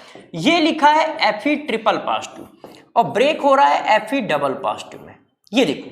अब इन सब रिएक्शनों को देखो, ये रिएक्शन या तो ऑक्सीडेशन है या रिडक्शन है, ठीक है। मैं इतना सपोज करके चल रहा हूं कि यार ऑक्सीडेशन और रिडक्शन रिएक्शन निकालना आपको आता होगा, और यदि ये बात नहीं है तो आप थोड़ा सा देखते भी जाइएगा, मैं हल्का फुल्का समझाता भी जाऊंगा। जरा देखो यार, ऑक्जेलिक एसिड में कार्बन के ऑक्सीडेशन नंबर निकालोगे तो 2 आएगा। ऑक्जेलिक एसिड में कार्बन के ऑक्सीडेशन नंबर निकालोगे तो 2 आएगा। अब कोई ये ना कह दे कि ऑक्सीडेशन नंबर कैसे निकालेंगे, नहीं तो फिर मारी खा जाओगे। अभी पीछे पढ़ाया है ऑक्सीडेशन नंबर कैसे निकालेंगे। तो ऑक्सीडेशन नंबर मैंने कार्बन की निकाली 2 आई, यहां पर कार्बन की निकाली तो 4 आई। अब बताओ ऑक्सीडेशन नंबर का बढ़ना, आप सभी बच्चों को पता है ऑक्सीडेशन बोला जाता है क्या, oxidation number increases left to right. तो इस प्रोसेस का क्या नाम रखोगे, ऑक्सीडेशन, ऑक्सीडेशन, ठीक है। हम आपको पढ़ाते भी जा रहे हैं, ध्यान रखिएगा, ऑक्सीडेशन। यदि कहीं पर oxidation number left to right increase कर रही है किसी रिएक्शन में, तो उस प्रोसेस का नाम हम लोग क्या रखते हैं, ऑक्सीडेशन रखते हैं। तो इसका मतलब यार दोस्त यहां पर क्या हो रहा है, ऑक्सीडेशन हो रहा है। अब हमें इसका एन फैक्टर भी निकालना है, तो पहले तो कुछ रिएक्शन ही पकड़ लेते हैं। यहां पर ऑक्सीडेशन नंबर कितनी है 5, यहां पर कितनी है 4। यदि ऑक्सीडेशन नंबर का बढ़ना ऑक्सीडेशन है तो ये बात तो तुम अपने आप समझ गए होगे कि ऑक्सीडेशन नंबर का लेफ्ट टू राइट कम होना क्या होगा। तो जरा देखो ऑक्सीडेशन नंबर का गौर समझिएगा, ऑक्सीडेशन नंबर, ठीक है, डिक्रीजेस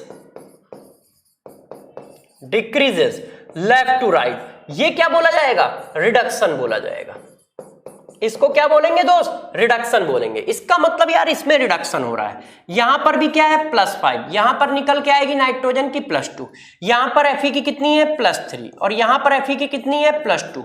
इसका मतलब ये सारे के सारे प्रोसेस रिडक्शन के है, ऊपर वाला ऑक्सीडेशन का है, ऊपर वाला ऑक्सीडेशन का है, नीचे वाले रिडक्शन के, और ऑक्सीडेशन नंबर ऐसे निकाली जाएगी। यहां पर बच्चों को एक प्रॉब्लम होती है कि सर आप तो यार देखते ही ऑक्सीडेशन नंबर निकाल देते हो, हम कैसे निकालेंगे कि किसकी ऑक्सीडेशन नंबर निकाली जाए। भाई एक मॉलिक्यूल में 3-4 एटम है, उसमें से किसकी ऑक्सीडेशन नंबर निकाल के कंपेयर करें। तो ऑलवेज ध्यान रखना किसकी ऑक्सीडेशन नंबर का कंपेयर करना होता है।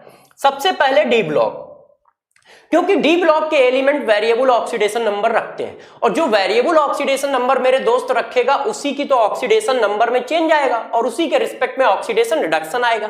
तो वेरिएबल ऑक्सीडेशन नंबर वाले एलिमेंट कौन है, सारा का सारा डी ब्लॉक है। फिर इसके बाद कौन है, इसके बाद बहुत कम है, कौन कौन है जरा देखो, पी ब्लॉक। अब पी ब्लॉक में भी जनरली कौन, बस आप इनको चेक किया करो, ग्रुप नंबर 14, 15, 16, 17।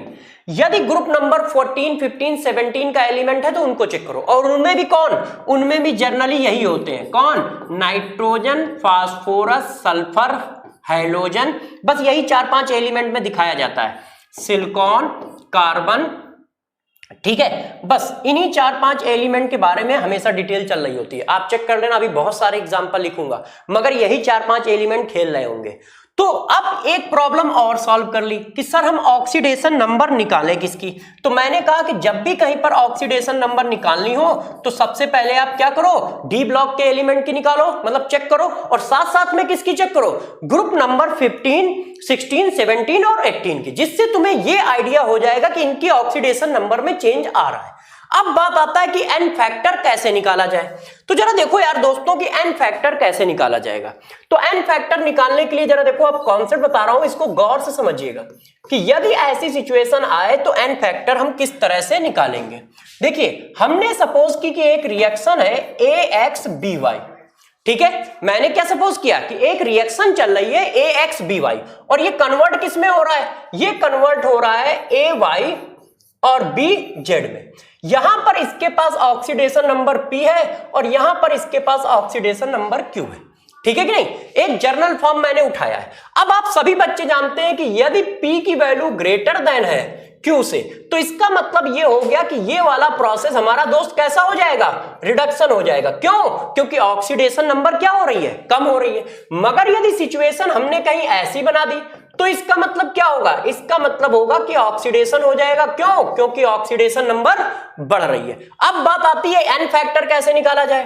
तो मेरे दोस्तों n फैक्टर की बात आए तो n फैक्टर आप इस तरह से निकालिएगा, गौर से मेरी बात को आप समझिएगा। सबसे पहले ये x, फिर mod P minus mod Q। जरा समझो जर्नल फॉर्म, सबसे पहले क्या लिखोगे, कॉफिशिएंट, यहां पे कितना लिखा है x, फिर उसकी ऑक्सीडेशन नंबर P, मैंने मॉड लगा दिया है, फिर क्या लिखोगे, माइनस Q, ठीक है। ये ध्यान रखिए n फैक्टर आप किसका आया, AXBY आया। ये n फैक्टर किसका आएगा, AXBY मॉलिक्यूल का आएगा। लेफ्ट टू राइट चल रहे हो तो ये n फैक्टर किसका आएगा, AXBY मॉलिक्यूल का आएगा। कैसे, ये देखो कैसे लिखोगे, x लिखा, मॉड लगाया, P माइनस Q कर दिया। अब किसी बच्चे ने कहा सर आपने इसका n फैक्टर निकालना तो सिखा दिया है, जरा इस मॉलिक्यूल का भी n फैक्टर निकालना सिखा दीजिए। तो अब जरा देखो इस मॉलिक्यूल के n फैक्टर की बात आए तो कैसे निकालोगे, n फैक्टर ऑफ AYBZ। यदि इसका n फैक्टर पूछता है तो कैसे करोगे, जरा देखो इसका कोएफिशिएंट कितना है, y, ऑक्सीडेशन, अब लेफ्ट टू राइट चलो, इसकी oxidation number Q minus P mod, ठीक है। आप चाहें तो इसमें P माइनस Q भी कर दो तो कोई बात नहीं, क्योंकि मॉड के बाहर वैल्यू आएगी तो ऑलवेज पॉजिटिव आएगी। तो जरा देखो यदि n फैक्टर ऑफ AXBY पूछा जा रहा है तो x mod P minus Q, यदि n फैक्टर ऑफ AYBZ पूछा जा रहा है तो क्या y, ठीक है, Q माइनस P। तो ये देखो यार किसी भी हाफ रिएक्शन का n फैक्टर हम ऐसे निकाल सकते हैं। तो जरा ध्यान दीजिएगा, किसी भी ऑक्सीडेशन रिएक्शन हो या रिडक्शन रिएक्शन हो, ऑक्सीडेशन रिएक्शन हो या रिडक्शन रिएक्शन हो, यदि उसके n फैक्टर की बात मेरे दोस्तों की जा रही है तो उसका n फैक्टर कैसे निकालोगे, मॉड, ठीक है, x P minus Q, mod y Q minus P, इस तरह से। ये देखो बात समझ पा रहे हो, x क्या है ये समझ रहे हो, y क्या है ये समझ रहे हो, x P माइनस Q, ठीक है। ऐसे करके आप आसानी से n फैक्टर किसी हाफ रिएक्शन का निकाल सकते हो। इसके हम और एग्जांपल ले लेते हैं, जैसे इस कॉन्सेप्ट को थोड़ा सा हम डिटेल में ले जा सके। अभी बहुत सारी सिचुएशन है, अभी तो हम लोगों ने बस स्टार्ट किया।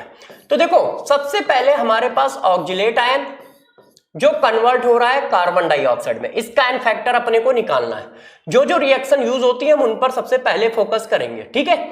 जैसे ये देखो KMnO4 ये कन्वर्ट हो रहा है बेटा Mn2 पॉजिटिव में, इसका n फैक्टर अपने को निकालना है।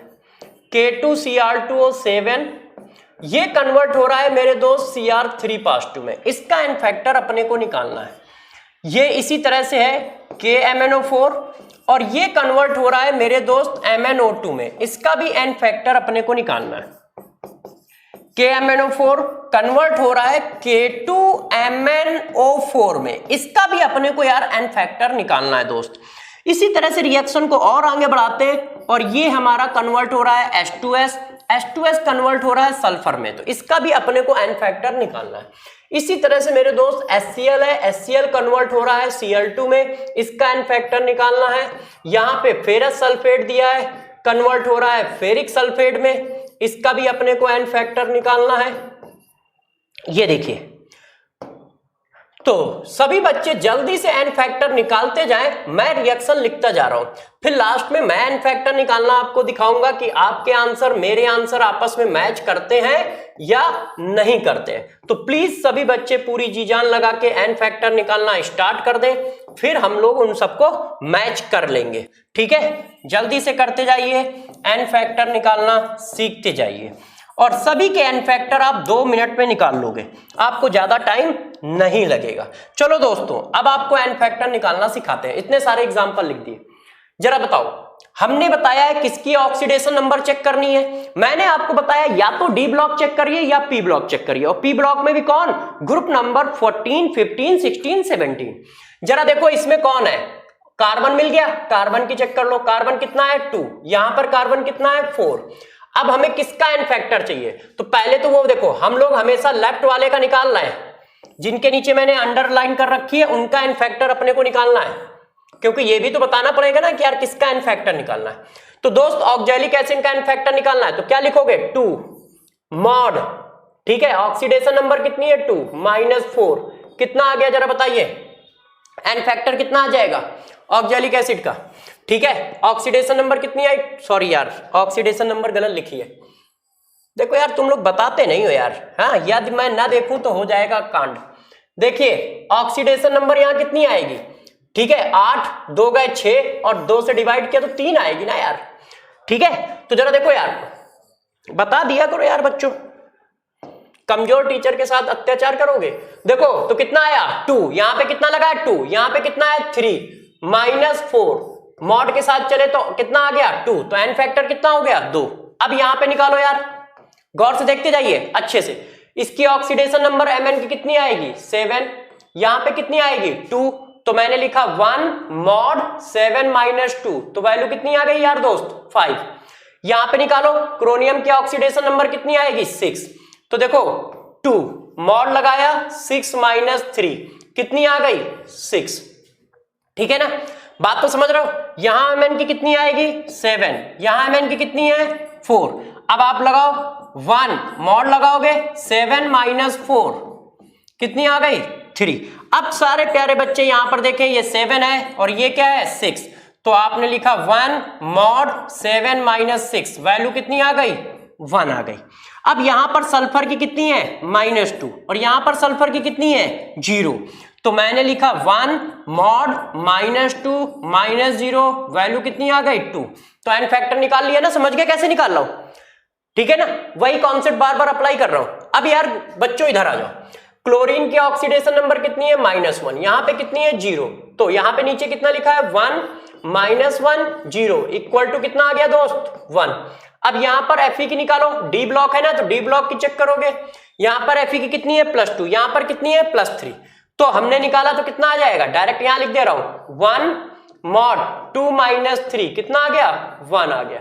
अब यहां पर देखो यार n के ऊपर कितना चार्ज है +5, यहां पर n के ऊपर कितना है 2, ठीक है, तो 1 5 -2 मॉड लगा दिया है 3। यहां पर चेक करो, फास्फोरस के ऊपर कितना होगा 0, यहां पर फास्फोरस के ऊपर कितना होगा 5, तो ये क्या आया 4, 0 -5 कितना हो गया मेरे दोस्त 20, तो एन फैक्टर कितना आ गया 20 आ गया। यहां पर चेक करो 2 0 -5 वैल्यू कितनी आ गई 10, तो यहां पर एन फैक्टर कितना आ गया 10। बात समझ पाए कैसे किया है, मैंने कुछ नहीं किया, बस वो फार्मूला लगाया, ठीक है, क्या x मॉड p -q। यदि हमारे पास लेफ्ट साइड का पूछा जा रहा है तो लेफ्ट से राइट की ओर चले जाओ, राइट का पूछा जा रहा है तो राइट से लेफ्ट की ओर चले जाओ। हम हाफ रिएक्शन का एन फैक्टर अभी निकाल रहे हैं, ठीक है, अभी इसमें और भी सिचुएशन है, मगर पहले आप इसको समझो।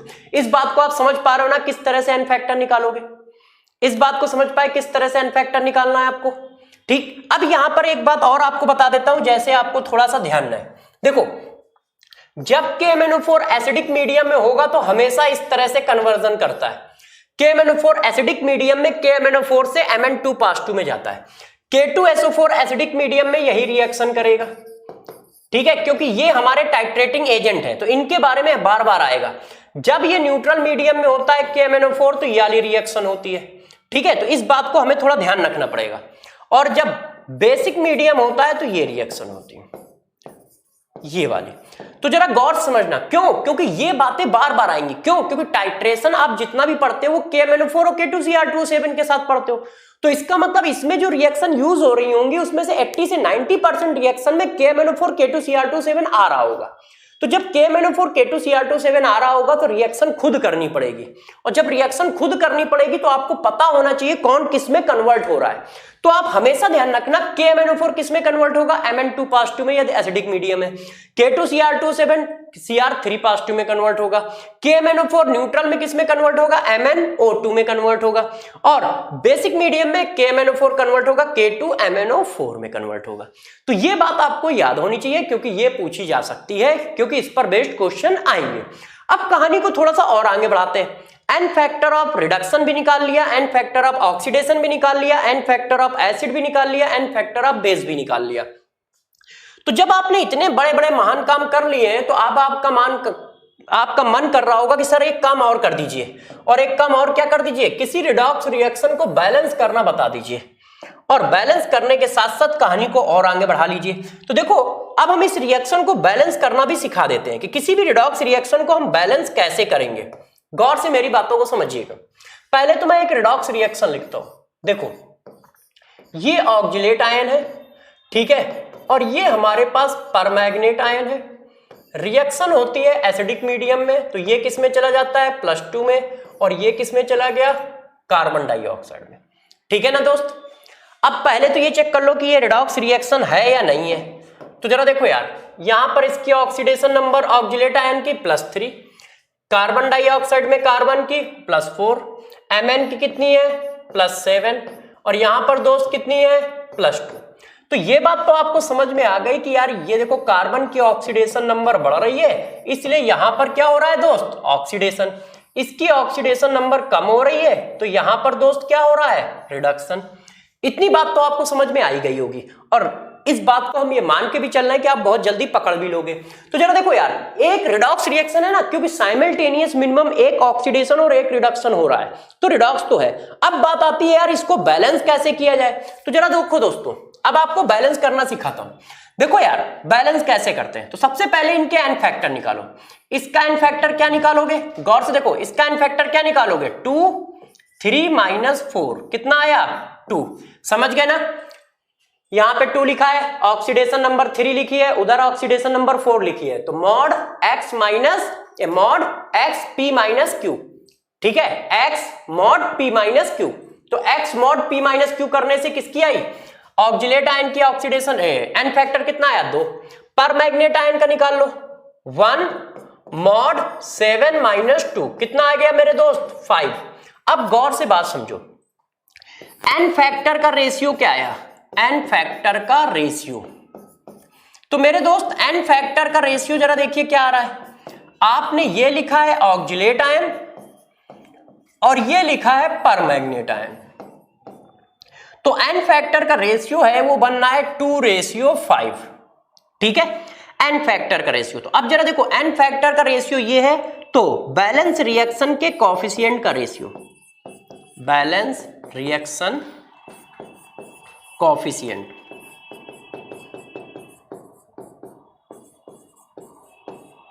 देखो दोस्त जो एन फैक्टर का रेशियो होता है उसका रेसिप्रोकल जो होता है वो बैलेंस रिएक्शन के कोएफिशिएंट का रेशियो होता है। ये देखो जैसे एन फैक्टर का रेशियो कितना है, 2:5। अब यार ये मिनिमम रेशियो है ना, इससे कम तो हो नहीं सकता, तो ये 2:5 है। तो बैलेंस रिएक्शन में इनके कोएफिशिएंट कितने बनेंगे, इसका कोएफिशिएंट बनेगा 5, इसका कोएफिशिएंट कितना बनेगा, 2। इसका मतलब ये हुआ। इसका मतलब क्या है, इसका मतलब जब मैं इस रिएक्शन को बैलेंस कर रहा हूं तो जरा देखो क्या आएगी, इसका कोएफिशिएंट आप बनाओ 5 इस तरह से, और इसका कोएफिशिएंट बनाओ 2। और ध्यान रखिएगा सबके कोएफिशिएंट नहीं मिलेंगे, सिर्फ उसी का कोएफिशिएंट मिलेगा जिसका आपने एन फैक्टर का रेशियो निकाला है। ये देखो हमने किसके एन फैक्टर का रेशियो लिया है, ऑक्जेलिक एसिड और परमैंगनेट आयन के। देखो ऑक्जिलेट आयन और परमैंगनेट आयन के लिया है 2:5, तो बैलेंस रिएक्शन का कोएफिशिएंट हुआ 5:2। तो ये 5 कोएफिशिएंट किसका आया, 5 कोएफिशिएंट आया ऑक्जिलेट आयन का, ठीक है, 2 कोएफिशिएंट किसका आया, परमैंगनेट आयन का, बस। और रिएक्शन में कुछ बैलेंस नहीं होगा, सिर्फ 2 एलिमेंट बैलेंस होंगे, एक जिसका ऑक्सीडेशन हुआ है, एक जिसका रिडक्शन हुआ है। इतनी ही अपने को जरूरत होती है। यदि इसके आगे की जरूरत आपको पड़ती है तो हिट एंड ट्रायल मेथड से आप बैलेंस कर सकते हो, कोई दिक्कत की बात नहीं है, क्योंकि जितने इलेक्ट्रॉन ऑक्सीडाइज हुए और जितने इलेक्ट्रॉन रिड्यूस हुए उनका टोटल नंबर बैलेंस हो गया है। चेक करो, इन दोनों का मल्टीप्लाई करो 10, इन दोनों का मल्टीप्लाई करो 10, जितने नंबर के इलेक्ट्रॉन ऑक्सीडाइज हो रहे हैं उतने ही इलेक्ट्रॉन रिड्यूस हो रहे हैं, तो ये बैलेंस हो गया। आपको कुछ नहीं करना है, बचा हुआ काम अब हिट एंड ट्रायल मेथड से बैलेंस करना है। बचा हुआ काम का मतलब कार्बन कितने हैं 10, तो यहां पे यार दोस्तों 10 लगा दो। Mn कितने हैं 2, तो यहां पर 2 लगा दो। जैसा आप बचपन में करते थे बिल्कुल वैसे ही करने हैं। हिट एंड ट्रायल मेथड से बची हुई रिएक्शन को बैलेंस करना है। और यदि मीडियम एसिडिक है, एसिडिक मीडियम है, तो सभी प्यारे बच्चे जानते हैं कि ऑक्सीजन किससे बैलेंस होगा, हाइड्रोजन किससे बैलेंस होंगे। तो हाइड्रोजन बैलेंस होंगे HN से दोस्त, ऑक्सीजन बैलेंस होगा वाटर से, और हाइड्रोजन बैलेंस होंगे HN से। और यदि मीडियम बेसिक चल रहा हो, क्योंकि बचा हुआ हिट एंड ट्रायल मेथड कैसे अप्लाई करोगे ये भी तो सीखना होगा।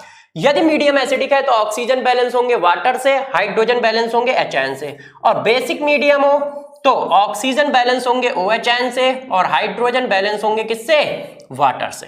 ठीक है, अब जैसे ये चेक कर लो, कार्बन बैलेंस हो गए 10 के 10, Mn बैलेंस हो गया 2, ऑक्सीजन बैलेंस नहीं है तो ऑक्सीजन बैलेंस करो। तो ऑक्सीजन किससे बैलेंस होगा, वाटर से। कितने ऑक्सीजन है 20, और कितने हैं 28, उधर कितने हैं 20, तो 8 ऑक्सीजन कम है ना। तो यार दोस्त 8 ऑक्सीजन के लिए हमें कितने वाटर लगाने पड़ेंगे, 8 वाटर लगाने पड़ेंगे। अब जब 8 वाटर लगा दोगे तो HN कम है, HN कितने कम है 16, तो इधर 16 HN लगा दो। ये रिएक्शन बैलेंस आ गई। तो क्या करोगे, N फैक्टर का अपोजिट करने पर बैलेंस रिएक्शन का रेशियो आ जाता है। उससे सिर्फ 2 के कोफिशिएंट मिलेंगे, जिनके N फैक्टर का रेशियो लिया है। बाकी के कोफिशिएंट निकालने के लिए hit and trial method use कर सकते हो। ऐसे एक एग्जांपल और कर देता हूं, ठीक है प्यारे बच्चों। तो जरा देखो इस एग्जांपल को हम लोग करके देखते हैं कि ये कैसे किया जाएगा। जैसे देखो लिखा है H2S प्लस, ठीक है, K2Cr2O7। K2Cr2O7 में पोटेशियम का काम नहीं है तो डाइक्रोमेट आयन ले लेता हूं। ये देखो अब मेरे पास जो रिएक्शन आई है वो सल्फर है और क्रोनियम आयन है। अब कहा जा रहा है इसको बैलेंस करो, तो इसके N फैक्टर निकालो। तो पहले आप क्या करोगे, इसके वो निकालोगे ऑक्सीडेशन नंबर। तो मेरे दोस्त ऑक्सीडेशन नंबर इसकी कितनी है -2, इसकी कितनी है +6, इसकी कितनी है 0, इसकी कितनी है +3। तो आपको ये पता चल गया कि यार ये 0 से -2 से 0 जा रहा है, तो ये क्या है ऑक्सीडेशन। क्यों, क्योंकि बढ़ रही है रिएक्शन। N फैक्टर कितना निकलेगा, मॉड -2 0, N फैक्टर कितना आ गया दोस्त 2। अब यहां पे आ जाओ, यहां पे देखो जरा क्या हो रहा है, रिडक्शन हो रहा है। क्यों, क्योंकि ऑक्सीडेशन नंबर डिक्रीज हो रही है। N फैक्टर निकाला 2, 6 -3 कितना आ गया 6। आई होप ये सारी बातें आप चिपका पा रहे होगे, मींस समझ पा रहे होगे कि मैं क्या लिख रहा हूं, क्योंकि मैं डायरेक्ट लिख रहा हूं कि मुझे लग रहा है कि कॉन्सेप्ट आप पकड़ चुके हो। 2, ठीक है, ऑक्सीडेशन नंबर 6 -3 6 आ गया। रिडक्शन क्यों है, क्योंकि ऑक्सीडेशन नंबर कम हो रही है। अब जरा बताओ मेरे पास, अब मैं डायरेक्ट करने जा रहा हूं, ठीक है, अब मैं बार बार लिखूंगा नहीं। जरा N फैक्टर का रेशियो बताइए। N फैक्टर का रेशियो मेरे दोस्त क्या आया, N फैक्टर का रेशियो बताइए कितना आया। इसका N फैक्टर निकला 2, इसका निकला 6, तो रेशियो कितना हुआ 1:3। तो कॉफिशिएंट का रेशियो कितना होगा, बैलेंस रिएक्शन के कॉफिशिएंट का कितना होगा 3:1। इसका कॉफिशिएंट बनेगा 3, इसका कॉफिशिएंट बनेगा 1। तो इसका मतलब जब हम इसको बैलेंस करेंगे तो हमारे पास आएगा 3H2S प्लस डाइक्रोमेट आयन, ठीक है। क्यों, क्योंकि यहां 1 आ गया और बाकी कुछ बैलेंस नहीं होगा, बाकी सब हमें अपने आप बैलेंस करना होगा हिट एंड ट्रायल मेथड से। अब जरा इसको बैलेंस करते हैं। सल्फर कितने हैं 3, तो यहां पे यार मेरे दोस्तों मैंने 3 चिपका दिया। क्रोनियम कितने हैं 2, तो यहां पर मेरे दोस्तों मैंने 2 चिपका दिया। अब जरा बताओ यार, ऑक्सीजन और हाइड्रोजन को बैलेंस करने की बारी आ रही है। तो ऑक्सीजन और हाइड्रोजन को बैलेंस कर लो एसिडिक मीडियम में। क्यों, क्योंकि H2S एसिडिक नेचर का ही होता है। तो एसिडिक मीडियम में बैलेंस करोगे तो ऑक्सीजन कितने हो गए 7।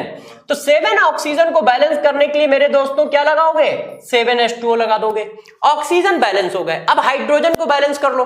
हाइड्रोजन इधर कितने हैं 6, उधर कितने हैं चेक करो, उधर कितने हैं 14, तो बच्चे कितने 8 HN हमने इधर लगा दिया, ठीक है कि नहीं भाई। 6 हाइड्रोजन यहां पे थे और वहां पे कितने 14, तो 8 HN लगा दोगे। अब देख लो यार सब कुछ बैलेंस है। क्रोनियम 2 है, सल्फर 3 है, और हाइड्रोजन हमारे पास टोटल इधर कितने हैं 14, और मेरे दोस्त उधर भी कितने हैं 14, ऑक्सीजन 7। ये रिएक्शन हमारे पास बैलेंस आ गई है।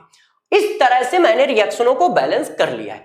अब जरा देखो यार, अब नेक्स्ट क्लास में इसी बात को आगे बढ़ाएंगे। अभी टॉपिक बाकी है, चैप्टर बाकी है। आज हम लोग इसी जगह पे इसको रोकेंगे, तो नेक्स्ट क्लास में आगे स्टार्ट करेंगे। तब तक आपका काम क्या है, आपका होमवर्क है बेटा इन सारी बातों को अच्छे से रिवाइज करके आइए। क्यों? क्योंकि आज हम लोगों ने क्वेश्चन का कुछ काम नहीं किया है। मैक्सिमम टाइम हम लोगों ने थ्योरी कवर की है और थ्योरी ही पढ़ाई है। मैक्सिमम टाइम क्या, अभी तक थ्योरी ही चल रही है। तो नेक्स्ट क्लास में सिर्फ क्वेश्चन का ही काम होगा, क्योंकि लगभग सारे कॉन्सेप्ट यहां पर हो गए। तो नेक्स्ट क्लास में हम लोग कॉन्सेप्ट एंड फैक्टर के थोड़े और बताएंगे और फिर क्वेश्चनों में कूद जाएंगे। तो इससे पहले आप ये सारी बातें अच्छे से रिवाइज करके आइएगा। तब तक के लिए आप खुश रहें, ठीक है, अच्छे से मेहनत करते रहें और पढ़ाई के लिए ऑल द बेस्ट।